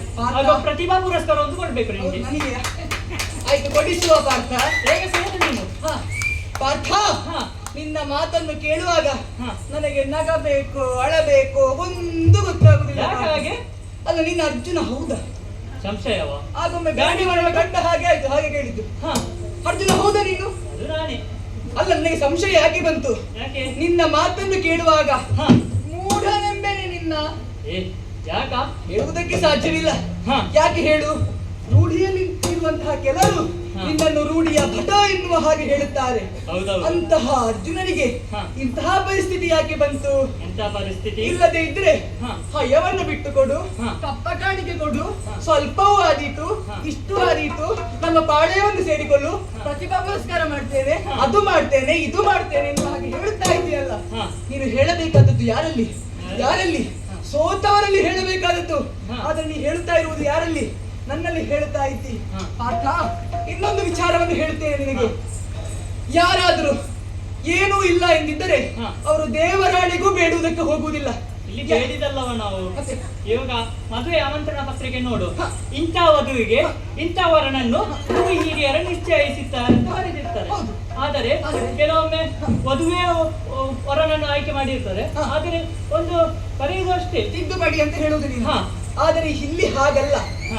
ಯಾಕೆ ಬಡವರು ಬೇಡುವುದಿಲ್ಲ ಎಂದು ಹೇಳಿದ್ರೆ ಹಾ. ಅವರಿಗೆ ಇದ್ದಷ್ಟು ಸಾಕಾಗುತ್ತದೆ, ಹೆಚ್ಚಿನದು ಬೇಡ ಅವರಿಗೆ. ಆದರೆ ಸಿಕ್ಕಿದ್ದನ್ನು ಬೇಡುವುದು, ಸಿಕ್ಕಿದ್ದನ್ನು ಪಡಕೊಳ್ಳುವ ಆಸೆ ಇರುವುದು ಯಾರಿಗೆ? ಹೆಚ್ಚು ಇದ್ದವರಿಗೆ ಮಾತ್ರ. ಹಾ. ಅವರಿಗೆ ಇದ್ದಷ್ಟು ಸಾಕಾಗುವುದಿಲ್ಲ. ಹಾ. ಸ್ವಲ್ಪ ಸಿಕ್ಕಿದ್ರೆ ಏನು, ಅದಕ್ಕೆ ಸೇರಿಸಿದ್ರೆ ಇನ್ನೂ ದೊಡ್ಡದಾಗುತ್ತದಲ್ವಾ ಎನ್ನುವಂತಹ ಅತಿಶಯದ ಆಸೆ ಅವರಿಗೆ. ಪಾಠ, ಹಾ. ಆ ರೀತಿ ಆಯ್ತಲ್ಲ ನಿನ್ನ ಕತೆ. ಹ. ಅದು ಆಗಲ್ಲವೋ? ಒಂದು ವಿಚಾರವನ್ನು ಹೇಳ್ತೇನೆ ನಾನು. ಹಾ. ಬೇಡುವಂತಹ ಅಧಿಕಾರ ಇದೆ. ಹಾ. ಯಾರಿಗೆ ಇದೆ? ಯಾರಿಗೆ? ದ್ವಿಜರಿಗೆ, ಹಾ. ಬ್ರಾಹ್ಮಣರಿಗೆ, ವಿಪ್ರರಿಗೆ, ಭೂಸುರರಿಗೆ, ಹಾ. ವಿಪ್ರರಿಗೆ. ಆದರೆ ನೀವು ಹೇಳಿ ಕೇಳಿ ಕ್ಷತ್ರಿಯ ಹಾ. ದ್ವಿಜರ ಹಾಗೆ ಬೇಡ್ತಾ ಇದೆಯಲ್ಲ. ಹಾ. ಛೇ ಛೇ ಛೇ, ಏನು ಇದು ಹೇಳಿದೆ? ಬೇಡುವುದಲ್ಲವೋ? ಸಾರಿಗೊಲ್ಲುವುದು. ನೀನು ರಾಜನೀತಿಯ ಧರ್ಮವಿದೋ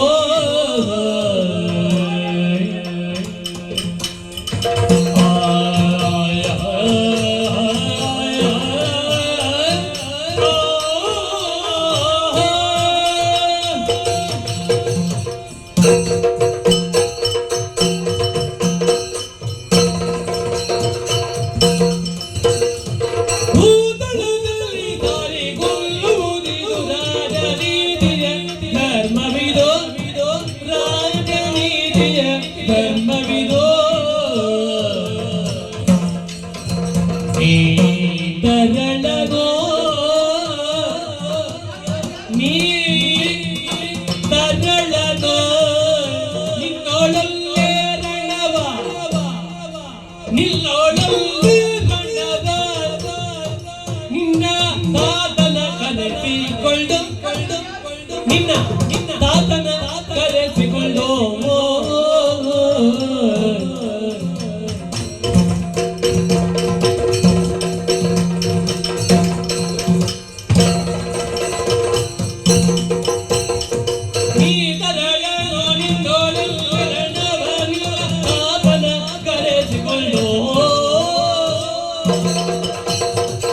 ಭೂತಳದಲ್ಲಿ ದಾರಿಗೊಲ್ಲುವುದಿದ್ದು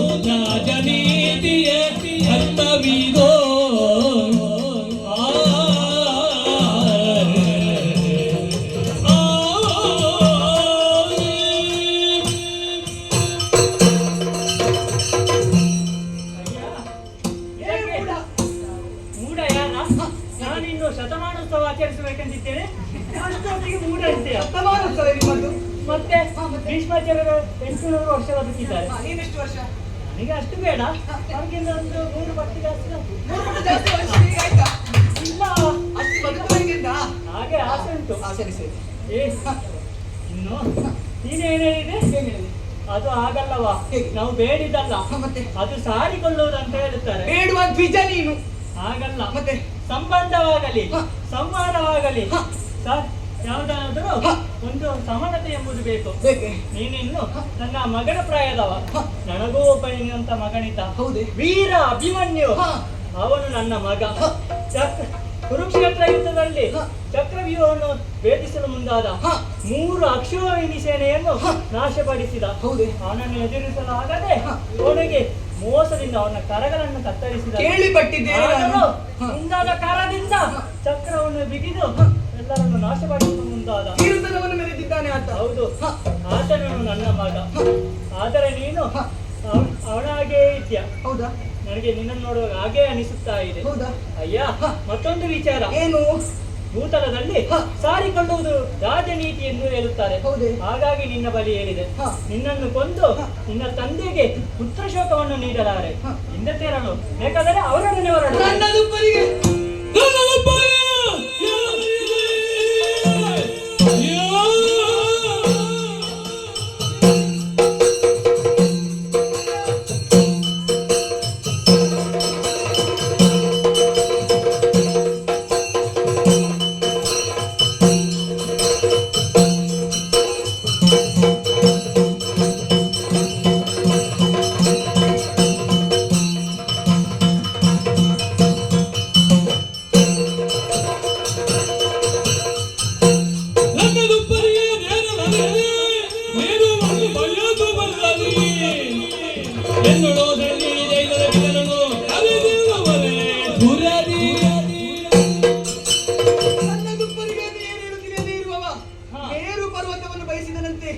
ಆ ರೀತಿಯಾಯಿತು ನಿನ್ನ ಕತೆ ಪಾರ್ಥ. ಹೌದೇ? ಮೊದಲು ನನ್ನೊಂದಿಗೆ ಯುದ್ಧ ಮಾಡು, ಆಮೇಲೆ ನನ್ನ ಅಪ್ಪನೊಂದಿಗೆ ಯುದ್ಧ ಮಾಡು.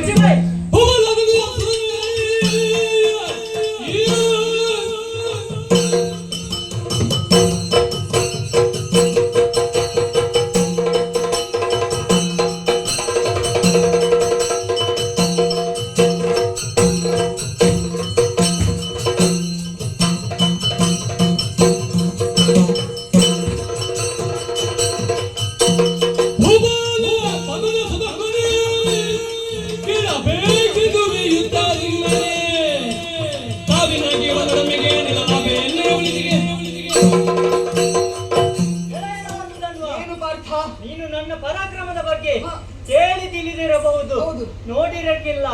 ನೀನು ಕೇಳಿದ್ದು ಅಲ್ಪವೇ. ಇಪ್ಪೋ ಇನ್ನೊಮ್ಮೆ ಶ್ರೀರಾಮಚಂದ್ರನು ಯುದ್ಧ ಮಾಡುವಾಗ ಅವರ ಎಡಪಾದದ ಉಂಗುಷ್ಟ ಅದುರುತ್ತಿತ್ತಂತೆ. ಇನ್ನು ಭೀಷ್ಮಾಚಾರ್ಯರು ಅವರು ಯುದ್ಧ ಮಾಡುವಾಗ ಎದೆಯಲ್ಲಿ ಕಂಪನವಾಗುವುದಂತೆ. ಇನ್ನು ಗುರು ದ್ರೋಣ, ಪರಶುರಾಮ ಶಿಷ್ಯ ಹಾಗೂ ನನ್ನ ಗುರುಗಳು ಅವರು ಯುದ್ಧ ಮಾಡುವಾಗ ಕಿರೀಟ ಅದುರುವುದಂತೆ. ಆದರೆ ಈ ಪಾರ್ಥ ಗಾಂಡೀವವನ್ನು ಹಿಡಿದು ಮುಂದೆ ಬಂದರೆ ಅದುರುವುದು ಈ ಪಾರ್ಥನಲ್ಲ, ಮುಂದೆ ಇರುವ ಸೇನೆ. ಸಾರಿ ಹೇಳುತ್ತಾ ಇದ್ದೇನೆ ಕೇಳು, ನನ್ನೊಡನೆ ಹೋರಾಡಿ ಮುಂದೊಂದು ದಿನ ನಿನ್ನ ತಂದೆಗೆ ಪಶ್ಚಾತ್ತಾಪ ಪಡುವಂತೆ ಮಾಡಬೇಡ. ಎಂದು ಸರಿ ನಾನು ಶರಗಳನ್ನು ಹರಿಸಿ ಆದರೂ ಸೋರಿಸಿರುವ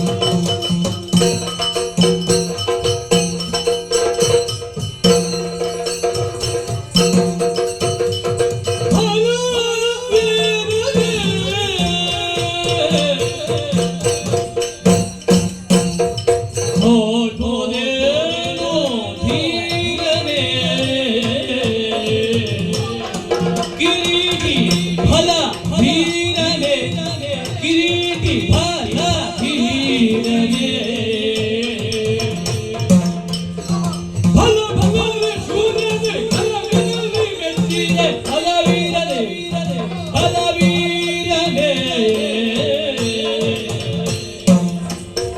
ಶಿವನ ಕೂಡೆ ಅವನ ಎಲ್ಲಿದೆ ಶಿವನ ಕೂಡೆ ಅವನ ಎಲ್ಲಿದೆ ದಾನವ ನಿವಾದ ಕವಚದ ಗೆಲ್ಲಿದ ದಾನವ ನಿವಾದ ಕವಚದ ಗೆಲ್ಲಿದ ಶೌರ್ಯ ಎಲ್ಲಿದೆ ಎಲ್ಲಿದೆ ಎಲ್ಲಿದೆ ಎಲ್ಲಿದೆ ಎಲ್ಲಿದೆ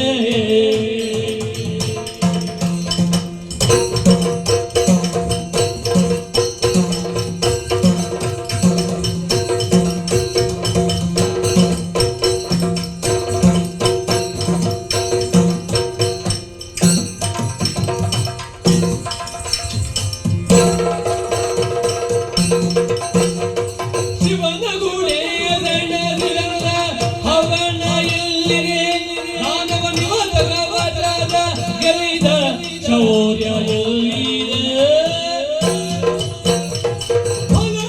ವೀರನೇ ಯೋಡುದೇ ವೀರನೇ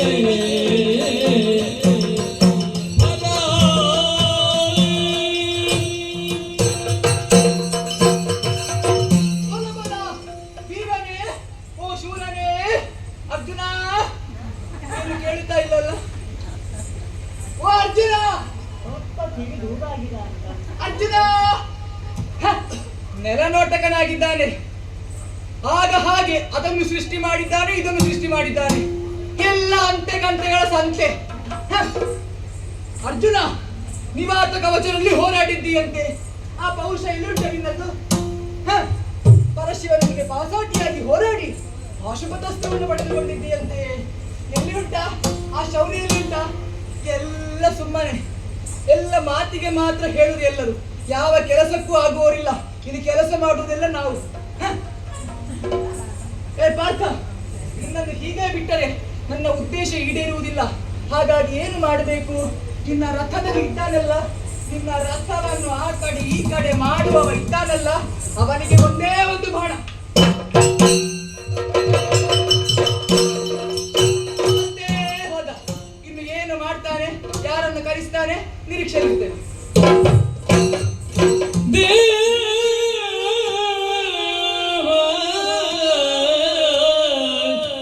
ಕೃಷ್ಣ ನೀನು ನಮ್ಮ ಭಾವನೆಲ್ಲ ನಂಬಿ ಜಗರೇ ಕೋವಿದತ್ವವನ್ನು ಪಿಡಿದು ಜೀವಿದಿಯವಲಯರೇ ಕೋವಿದತ್ವವನ್ನು ಪಿಡಿದು ಜೀವಿದಿಯವಲಯೇ ಮುಂದೆ ಈ ವಿರೋಧಿಯೊಡನೆ ಕಾದಲಾವ ಪಡೆಯೊಳೋ ಮುಂದೆ ಈ ವಿರೋಧಿಯೊಡನೆ ಕಾದಲಾವ ಪಡೆಯೊಳೋ ದೇವ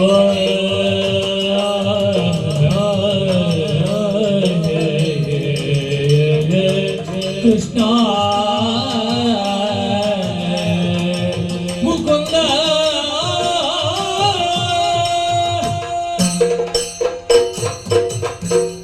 ಅಯ್ಯೋ ಕೃಷ್ಣ ಕೇಶವ ಮಾಧವ ಅಚ್ಯುತ ಮಧುಸೂದನ ಏನಾಗಿ ಹೋಯಿತು ಈ ಚಂಪಕ ನದಿಯಲ್ಲಿ ನನ್ನ ಪಾಲಿಗೆ ಸೋಲಾಗಿ ಹೋಯಿತು ನಿನ್ನ ಅನುಗ್ರಹವನ್ನು ಪಡೆದು ಈ ರಣಕ್ಷೇತ್ರಕ್ಕೆ ಬಂದವ ನಾನು ಆದರೆ ಏನು ಮಾಡಲಿ ಸೋತೆನಲ್ಲ ಹೇ ಕೃಷ್ಣ ನೀನೊಂದು ಮಾತು ಕೊಟ್ಟಿದ್ದೆ ತಾಯಿಗೆ ಮಮ ಪ್ರಾಣ ಹಿ ಪಾಂಡವ ಅಂತ ಆದರೆ ಇಲ್ಲಿ ನಿನ್ನ ಅರ್ಜುನ ಸೋತು ಹೋಗಿದ್ದಾನೆ ಜೀವಂತ ಶವವಾಗಿ ಹೋಗಿದ್ದಾನೆ ಇನ್ನು ಬಾಳಲಾರೆ ಕೃಷ್ಣ ಈ ನೀರದೆ ಇರಲಾರೆ ಕಾಪಾಡಯ್ಯ ಕೃಷ್ಣ ಕೇಶವ ಬಂದ ತಕ್ಷಣದೊಳಲಿಗೆ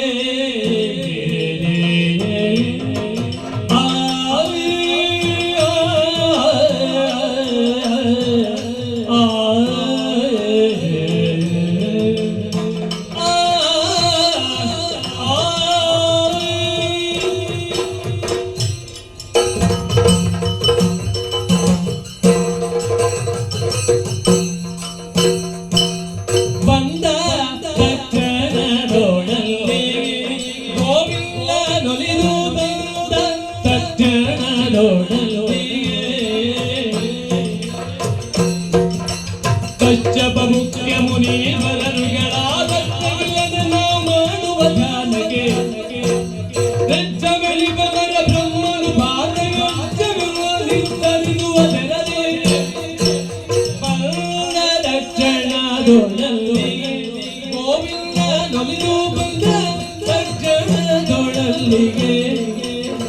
ಕೃಷ್ಣ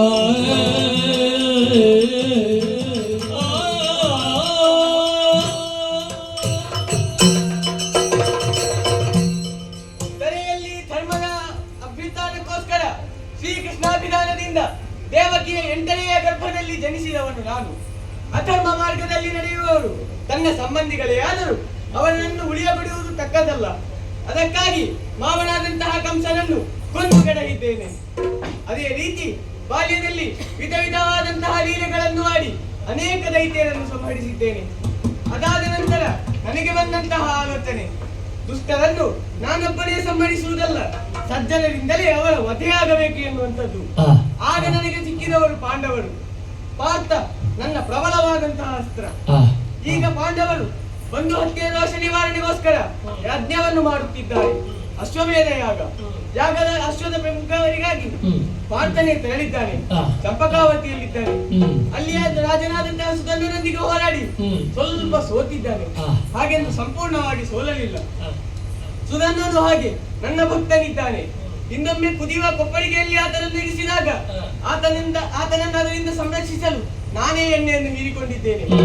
ಅಲ್ಲಿ ಇನ್ನೂ ಹಲವಾರು ನನ್ನ ಭಕ್ತರಿದ್ದಾರೆ. ಅವರೆಲ್ಲರ ಮನದ ಅಭೀಷ್ಟವನ್ನು ನೆರವೇರಿಸಬೇಕಾಗಿದೆ. ಯಜ್ಞ ದೀಕ್ಷಿತನಾದಂತಹ ಧರ್ಮರಾಜನಿಗೆ ಧೈರ್ಯದ ಮಾತನ್ನು ಹೇಳಿದ್ದೇನೆ. ಇದು ಗರುಡನನ್ನು ಏರಿ ಚಂಪಕಾವತಿಯಲ್ಲಿ ಸೇರಿ ಅರ್ಜುನನ ರಥದಲ್ಲಿ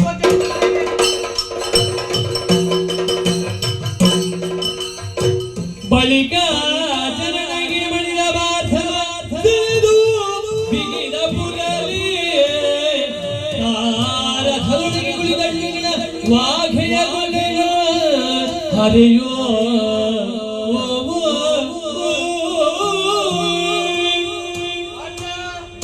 ಚಂಪಕಾವತಿಯಲ್ಲಿ ನೀನು ಹೊರೆ ಇಡುತ್ತಿದ್ದುದು ನನಗೆ ಕೇಳಿಸಿತು.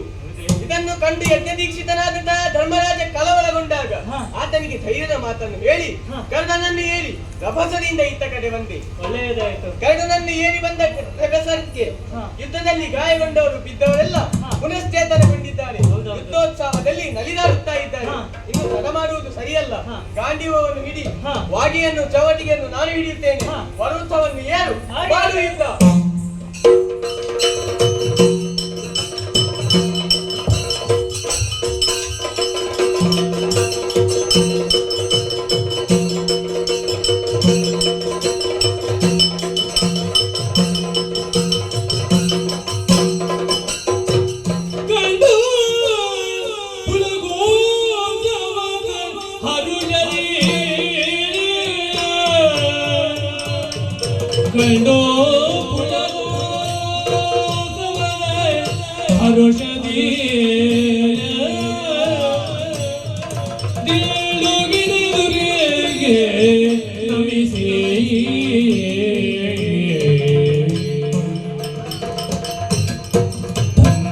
ಗಂಡು ತನಗಿದು ಸಾಕು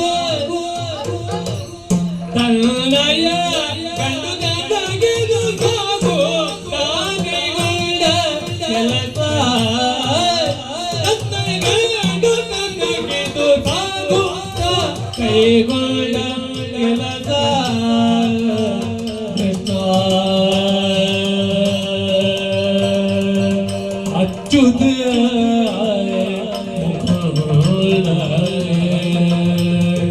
ಜಯ ಜಯ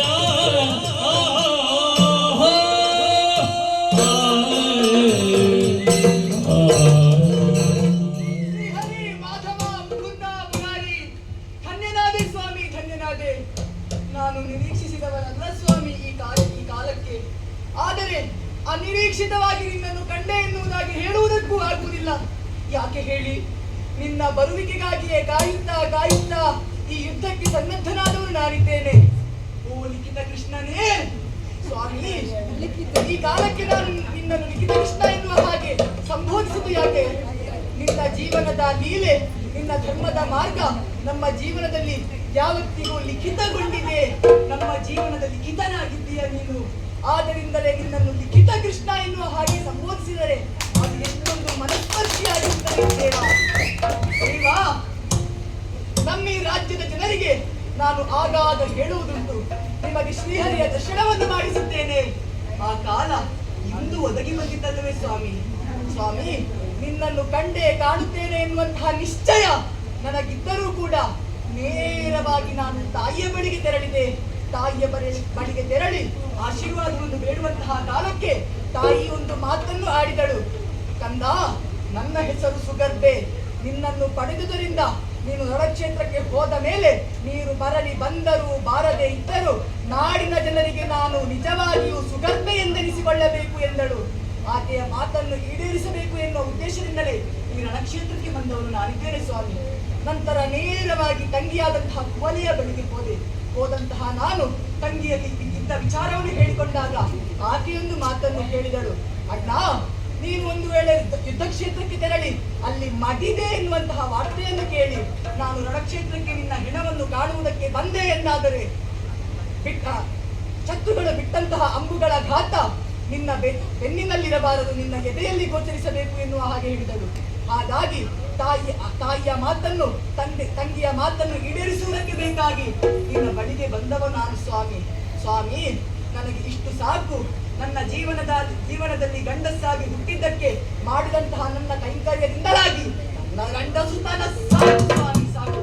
ಆದರೆ ನಿನ್ನ ಹಿಂದೆ ಇದ್ದಾನಲ್ಲ, ಅವ ಪಂಥಾಹ್ವಾನವನ್ನು ಮಾಡಿದ್ದಾನೆ, ಸಮರಕ್ಕೆ ಸಮದಂಡಿಯಾಗಿ ನಿಂತಿದ್ದಾನೆ. ಸಾಧ್ಯವಿದ್ದರೆ ಯುದ್ಧ ಬೇಕು ಎಂದಿದ್ದರೆ ಅವ ಭಾಷಾ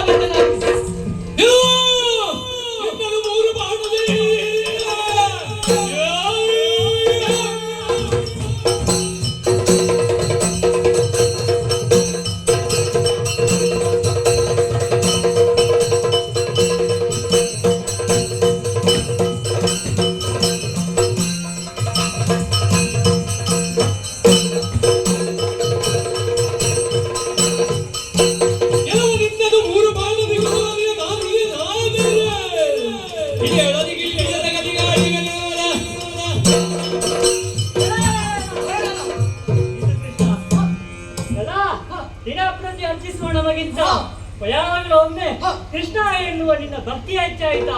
ಇದು ಕೃಷ್ಣನ ಸಾಕ್ಷಿಯಾಗಿ ಹೇಳ್ತಾ ಇದ್ದೀನಿ. 3 ಬಾಣದಿಂದ ನಿನ್ನ ತಲೆಯನ್ನು ಕೆಳಗೆ ಇಳಿದಿದ್ದರೆ ಲೋಕದಲ್ಲಿ ಅತಿ ಕ್ಲಿಷ್ಟವಾದಂತಹ ಗತಿ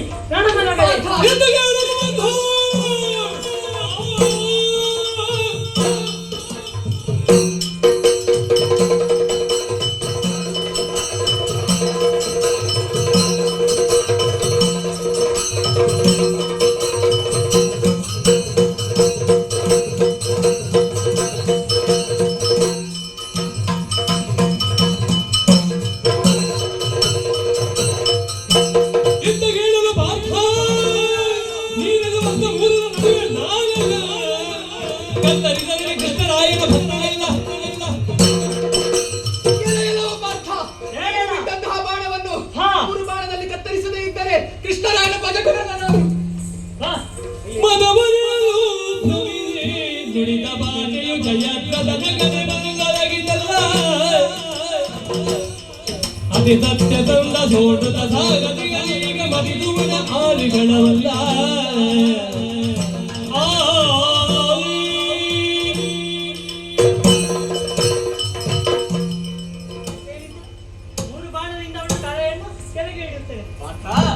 ನೀನು ಪ್ರತಿಜ್ಞೆ ಮಾಡುವುದರಲ್ಲಿ ಬಹಳ ಅವಸರ ಮಾಡಿಬಿಟ್ಟೆ. ಯಾಕೆ? ಕೇವಲ 3 ಬಾಣದಿಂದ ಅವನನ್ನು ಕೊಲ್ತೇನೆ ಅಂತ ಹೇಳಿದ್ಯಲ್ಲ. 3 ಬಾಣದ ಹೆಚ್ಚಾಯ್ತು ಅವನಿಗೆ, ಒಂದೇ ಸಾಕು. ನೀನು ಎಂತ ಪ್ರತಿಜ್ಞೆ ಮಾಡುವಾಗ ಸ್ವಲ್ಪ ಆಲೋಚನೆ ಮಾಡ್ಬೇಕು. ಯಾಕಯ್ಯ? ನೀನು ಈ ಹಿಂದೆ ಒಮ್ಮೆ ಪ್ರತಿಜ್ಞೆ ಮಾಡಿದ್ಯಲ್ಲ ಜಯದ್ರಥನ ಪ್ರಸಂಗದಲ್ಲಿ. ನೀನಿದ್ದೇ ಅಲ್ಲ, ಈಗಲೂ ಇದ್ದಿ. ನಾನಿದ್ದೇನೆ ಅಂತ ಹೇಳಿ ನೀನು ಪ್ರತಿಜ್ಞೆ ಮಾಡುದು, ಅದನ್ನು ಮತ್ತೆ ಪೂರೈಸಲಿಕ್ಕೆ ನಾನೆಷ್ಟು ಕಷ್ಟ ಬರಬೇಕು ಗೊತ್ತಾಗಿದ? ಹಿಂದೆ ಆದ್ರೆ ಜಯದ್ರಥ ಅವನೇನೋ ದುಷ್ಟ, ಆದ್ರೆ ಇವ ಹಾಗಲ್ಲ, ವೀರ ವೈಷ್ಣವನಿದ್ದಾನೆ, ಅತಿ ಸತ್ಯಸಂಧ ಸೂನುತ್ತ ಸಾಹಸಿಗನಿದ್ದಾನೆ, ಒಳ್ಳೆ ಮನುಷ್ಯನು ಇದ್ದಾನೆ, ಬುದ್ಧಿವಂತಿಕೆಯಿಂದ ಭಾಷ ಮಾಡಿದ್ದಾನೆ ಅಂತ. ಇನ್ನೊಂದು ಮಾತ್ರ ಅಲ್ಲ, ನಿಮ್ಮಿಬ್ಬರ ನಡುವೆ ಸಿಕ್ಕಿ ನಾನೀಗ ಎಂತ ಮಾಡ್ಬೇಕು ಗೊತ್ತಾಗುದಿಲ್ಲ ನನಗೆ. ತಿಳಿದೆನು ನಿನ್ನಯ ಯುದ್ಧದ ಮಳಿಗೆಯಲ್ಲಿ ಜನನವಾಯ ಉಳಿಯುವುದು ಗಾಯವು ಜಗದೊಡದುಳಿಯುವುದು ಕೀರ್ತಿಗಳು ಶ್ರೀಲೋಲನಿಗೆ ಪಾಂಡವ ಬಾಲಕನೆಂಬಿ ಬಿರುದನು ಭೂಲೋಕದಿ ಬರಲಿಯೇ ಇನ್ನಾಲೋಚಿಸಲೇಕೆ ಕೃಷ್ಣ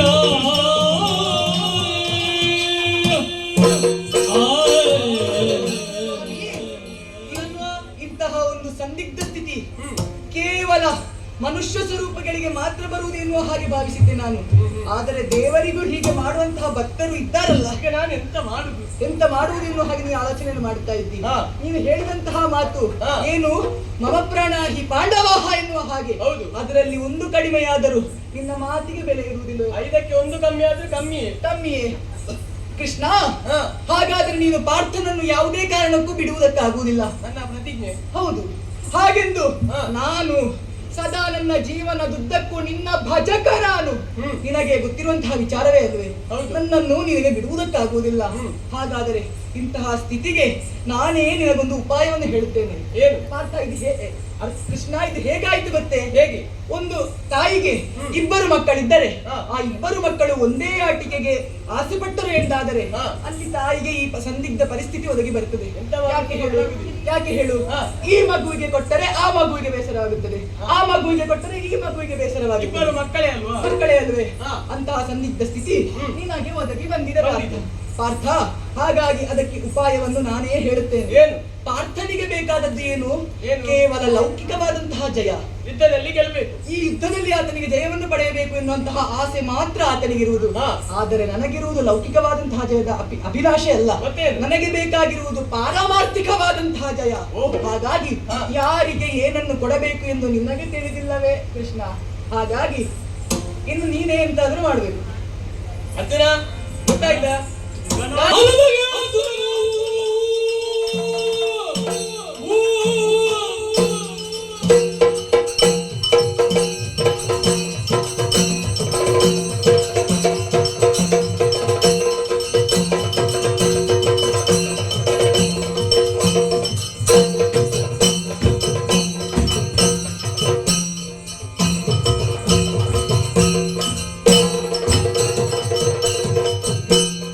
ಅಲುಬಗೆ ಅರ್ಜುನನು ನೋಡ ಭರಿದನಾಗಿ ಶರವನ. ಕೂಡು ದಿನಲು ಗಿನ್ನಲು ಗೋವರ್ಧನಾರಿಯ ಹಾರಿಯ. ಇದು ಮೊದಲ ಬಾಣ ಬಿಡುತ್ತೇನೆ ತಯಾರು. ಮತ್ತೆ ನಾನು ಯಾಕೆ ಬಂದದ್ದು? ನೀನೇ ಯುದ್ಧ ಮಾಡಿದ್ರೆ ಮತ್ತೆ ನಾನು ಯಾಕೆ? ಒಮ್ಮೆ ಬೇಗ ಮುಗಿಸುವ ಅಂತ ಬೇಗ ಮುಗಿಸುವುದಾದ್ರೆ ಅದು ಇದ್ದ ಹಾಗೆ ಮುಗಿಸ್ಬೇಕು. ಹಾ. ಈಗ ನೀನು ಬಾಣ ಬಿಡ್ತೀಯಲ್ಲ, ನೀನು ಇದರ ಮೊದಲೇ ಬಾಣ ಬಿಟ್ಟಿದ್ಯಲ್ಲ, ಹೌದು. ಅದೆಲ್ಲ ಸಾಕಾಗಿದೆ ಅವನಿಗೆ. ಇವಾಗ ನೀನಿದ್ಯಲ್ಲ. ನನ್ನದ್ದು ಒಂದು ಇದೆಯಲ್ಲ. ಈಗ ಗೋವರ್ಧನಗಿರಿಯನ್ನು ಎತ್ತಿ ಗೋವುಗಳನ್ನು ಗೋಪಾಲಕರನ್ನು ರಕ್ಷಿಸಿದ ಸಮಸ್ತ ಪುಣ್ಯವನ್ನು ಇದಕ್ಕೆ ದಾನ ಹೇಳುತ್ತಿದ್ದೇನೆ. ಪ್ರಯೋಗಿಸು. ಇದ್ದವರು ನಿನ್ನ ಪುಣ್ಯ.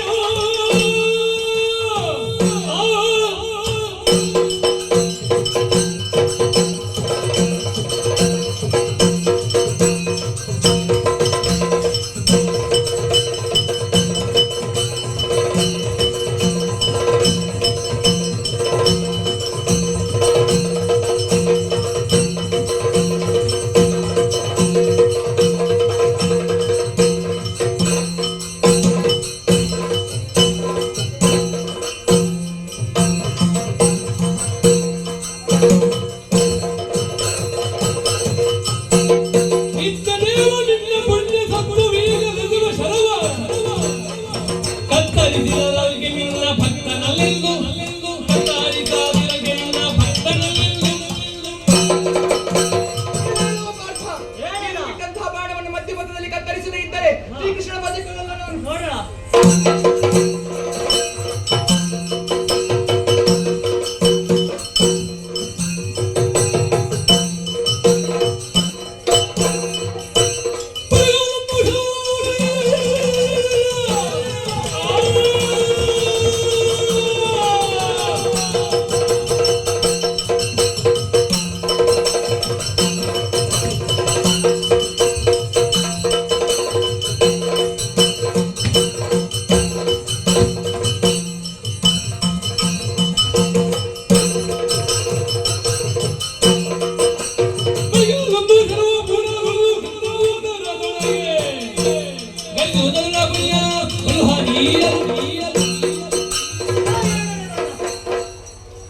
ಇವಾಗ ಮಾತನಾಡುದಿಲ್ವ? ಒಂದು ಹೋಯ್ತು, ಎರಡನೇದಾಯ್ತು. ಎರಡನೇದು ಅದು ಸಾಕಾಗಲಿಲ್ಲ. ಮತ್ತೆ ಈಗ ಈ ಸಮಸ್ತ ಕೃಷ್ಣಾವತಾರದಲ್ಲಿ ಗಳಿಸಿದಂತಹ ಸಕಲ ಪುಣ್ಯವನ್ನು ಈ ಬಾಣಕ್ಕೆ ದಾನ ಇಟ್ಟಿದ್ದೇನೆ. ಪ್ರಯೋಗಿಸು.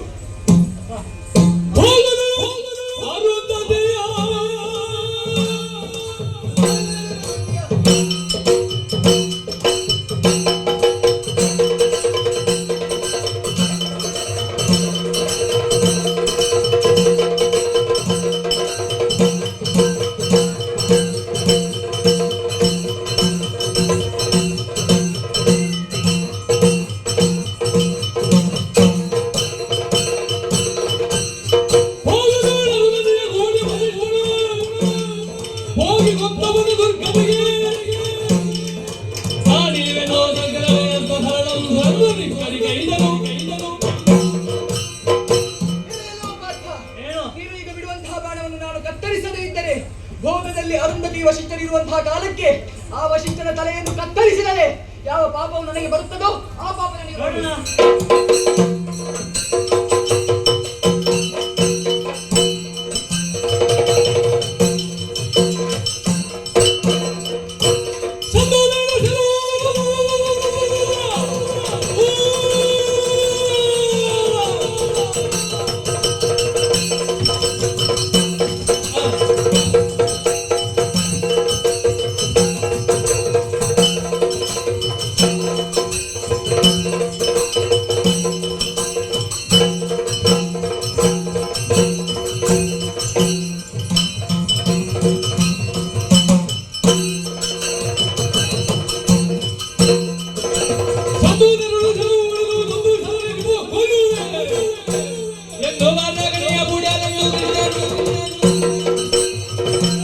ಬಲಿಷ್ಠವಾದ ಮೂರನೇ ಬಾಣ ಇದರಲ್ಲಿ ನಿನ್ನ ತಲೆ ಉರುಳಿತು.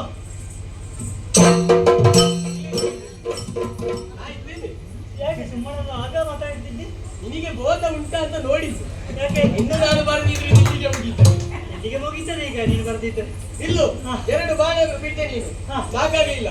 ಯಾಕೆ ಗೊತ್ತುಂಟಾ, ಆತ ಏಕಮತ್ನಿ ವಿತ್ತಸ್ತ, ಹಾ. ಅದು ಈ ಯುಗಕ್ಕಿಂತಲೂ ಅಧಿಕ ಮೌಲ್ಯವಾದಂತು. ಹಾ. ಹಾಗಾಗಿ ನಿನ್ನ ತ್ರೇತಾಯುಗದಲ್ಲಿ ಗಳಿಸಿದಂತಹ ರಾಮಾವತಾರದ ಸಕಲ ಪುಣ್ಯಗಳನ್ನು ನಿನ್ನ ಬಾಣಕ್ಕೆ ದಾನ ಹಿಡಿದಿದ್ದೇನೆ. ಅಷ್ಟು ಮಾತ್ರ ಅಲ್ಲ, ಈ ಬಾಣದ ಆದಿಯಲ್ಲಿ ಬ್ರಹ್ಮ, ಹಾ ಮಧ್ಯದಲ್ಲಿ ನಾನು, ಹಾ. ಅಂತ್ಯದಲ್ಲಿ ಪರಮೇಶ್ವರನನ್ನು ನೆಲೆಗೊಳಿಸಿದ್ದೇನೆ. ಹಾ ಇದು ಮೈದಾನವಿದ್ದೇನೆ. ಬಾಣವನ್ನು ಪ್ರಯೋಗಿಸು. ಈಗ ಆಯ್ತು.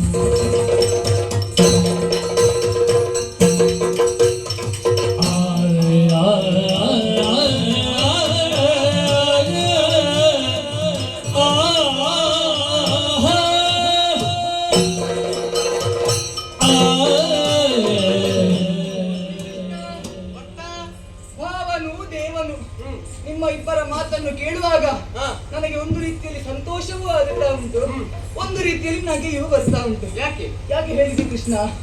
ಯಾಕೆ ಯಾಕೆಂದರೆ ಆ ಪಾರ್ಥನಿಗೆ ನನ್ನಲ್ಲಿ ಯುದ್ಧ ಮಾಡುವುದಕ್ಕೆ ಆತನ ಸಾಮರ್ಥ್ಯವಾಗಲಿ ಅಥವಾ ಆತನ ಮಾನಸಿಕ ಸ್ಥಿತಿಯಾಗಲಿ ಅದು ನನ್ನನ್ನು ಸೋಲಿಸುವುದಕ್ಕೆ ಸಾಧ್ಯವಾಗುವುದಿಲ್ಲ ಎನ್ನುವ ಕಾರಣಕ್ಕೆ ನಿನ್ನ ಒಂದೊಂದೇ ಅವತಾರದ ಒಂದೊಂದೇ ಪುಣ್ಯವನ್ನು ಆತನಿಗೆ ಎರೆಯುವುದಕ್ಕೆ ಮುಂದಾದೆ. ಅದು ಒಮ್ಮೆಲೆ ಕೊಡ್ಲಿಲ್ಲ ನೀನು, ಖಂಡವಾಗಿಸಿ ಒಂದೊಂದೇ ಪುಣ್ಯವನ್ನು ಆತನಿಗೆ ಕೊಟ್ಟದ್ದು ನೀನು ಕೃಷ್ಣ. ಇದರಲ್ಲಿ ನನ್ನದೊಂದು ಸಣ್ಣ ಸಂಶಯ ಉಂಟು ಕೃಷ್ಣ. ಏನೆಂದರೆ ಪುಣ್ಯ ಎಂಬುದು ಅಖಂಡವಾದದ್ದು, ಅದನ್ನು ಖಂಡವಾಗಿಸಿ ಆತನಿಗೆ ನೀಡಿದ್ದೆ ಎಂದಾದರೆ ಇದರ ಮರ್ಮ ಏನು ಎಂದು ನಾನು ತಿಳಿಯಲಿಲ್ಲ.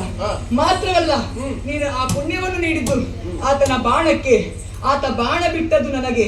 ಹಾಗಾದರೆ ಆ ಪುಣ್ಯವನ್ನು ಸೂರೆಗೊಂಡವ ನಾನು ಅಥವಾ ನರನೋ ಅಥವಾ ಆ ಪುಣ್ಯ ನಿನ್ನಲ್ಲಿಯೇ ಅಡಕವಾಗುತ್ತದೆ ಎನ್ನುವುದು ನನ್ನ ಸಂದೇಹ. ಸ್ವಾಮಿ, ಈ ಪುಣ್ಯವನ್ನು ಗಳಿಸಲಿರುವವರು ನೀವಿರುವರು ಅಲ್ಲ. ಇದು ನನ್ನ ಸೃಷ್ಟಿ ನಾಟಕದ ಒಂದು ನಾಟಕ ಅಷ್ಟೇ. ಹೌದೇ ಸ್ವಾಮಿ? ಹೌದು. ಅದಲ್ಲದೆ ಇಲ್ಲಿ ನಾನು ಪುಣ್ಯವನ್ನು ಪ್ರಯತ್ನಿಸಿದ್ದೇನಲ್ಲ, ಅದು ಇಬ್ಬರಿಗೂ ದಕ್ಕುವುದಿಲ್ಲ, ಮತ್ತೆ ಹಾಗೆ ಇಬ್ಬರಿಗೂ ದಕ್ಕುತ್ತದೆ. ಹೌದಾ? ಹೌದು. ನಿನಗೆ ಪಡೆಯಬೇಕಾದನ್ನು ಪಡೆಯಲು ಸಾಧ್ಯವಿದೆ. ಹೌದೇ? ಮತ್ತು ಈಗ ನನ್ನ ಮಾಧ್ಯಮ. ಮತ್ತೆ ನೀನು ಖಂಡ ಅಂತ ಹೇಳಿದ್ಯಲ್ಲ, ಹೌದು. ಖಂಡವಾಗದ್ದು ಯಾರಿಗೆ? ಜೀವರಾಶಿಗಳಿಗೆ. ಕರ್ಮಾಧ್ಯಕ್ಷನಾದಂತಹ ನನಗಲ್ಲ, ನನಗೆ ಎಲ್ಲವೂ ಖಂಡವೂ ಅಖಂಡವೂ ಆಗಿದೆ. ಆದ್ದರಿಂದ ನಿನ್ನ ಸಂಶಯ ಬಗೆಹರಿತೆ ಅಂತ ಭಾವಿಸ್ತೇನೆ. ಹಾಗಾದರೆ ಸ್ವಾಮಿ ನನ್ನ ಪ್ರತಿಜ್ಞೆ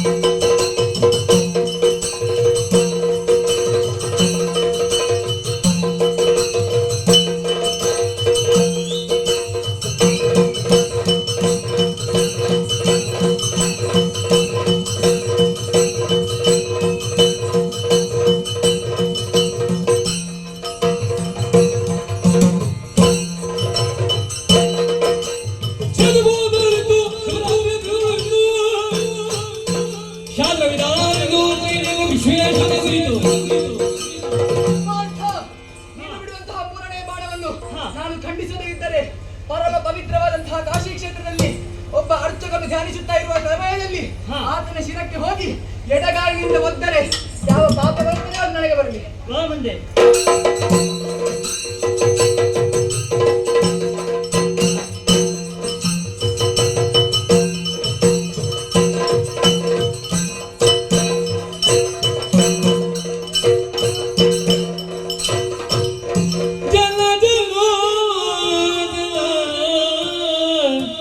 ವಿಷ್ಣು ಲಕ್ಷ್ಮೀ ನಿಲಯ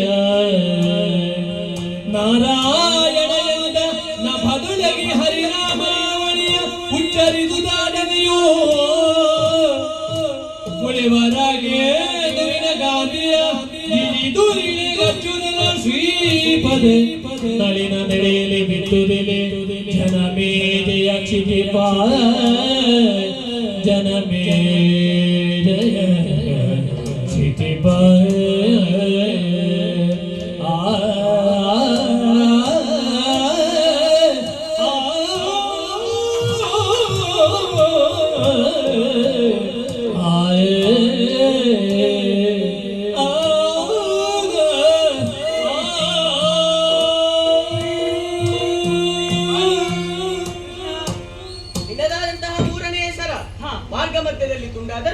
ಆತನ ಶಿರಸ್ಸನ್ನು ಛೇದಿಸಿತು. ಹೌದು. ಆ ಶಿರಸ್ಸು ಆತನ ತಂದೆಯಾದಂತಹ ಹಂಸಧ್ವಜನ ಕೈಗೆ ಬಿದ್ದಾಗ ಬೇಸರದಿಂದ ಅದನ್ನು ಇತ್ತ ಕಡೆ ಎಸೆದ.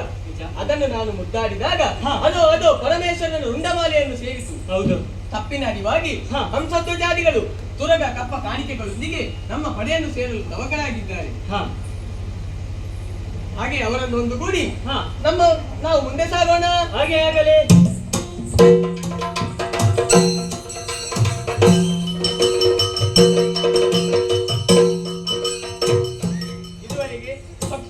ಎಂಬ ಪುಣ್ಯಕಥಾಮೃತವನ್ನು ವೀಕ್ಷಿಸಿದ್ದೀರಿ.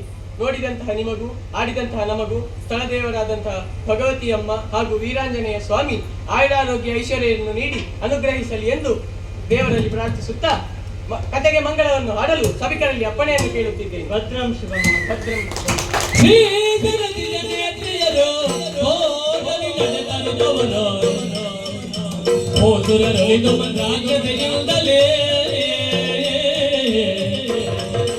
ಓಸುರನಲ್ಲಿ ತಮ್ಮ ರಾಜದೆಯಿಂದಲೇ ಜಯ ಬೆಳೆದು ಕೀರ್ತಿದ ಮುದದಿಂದ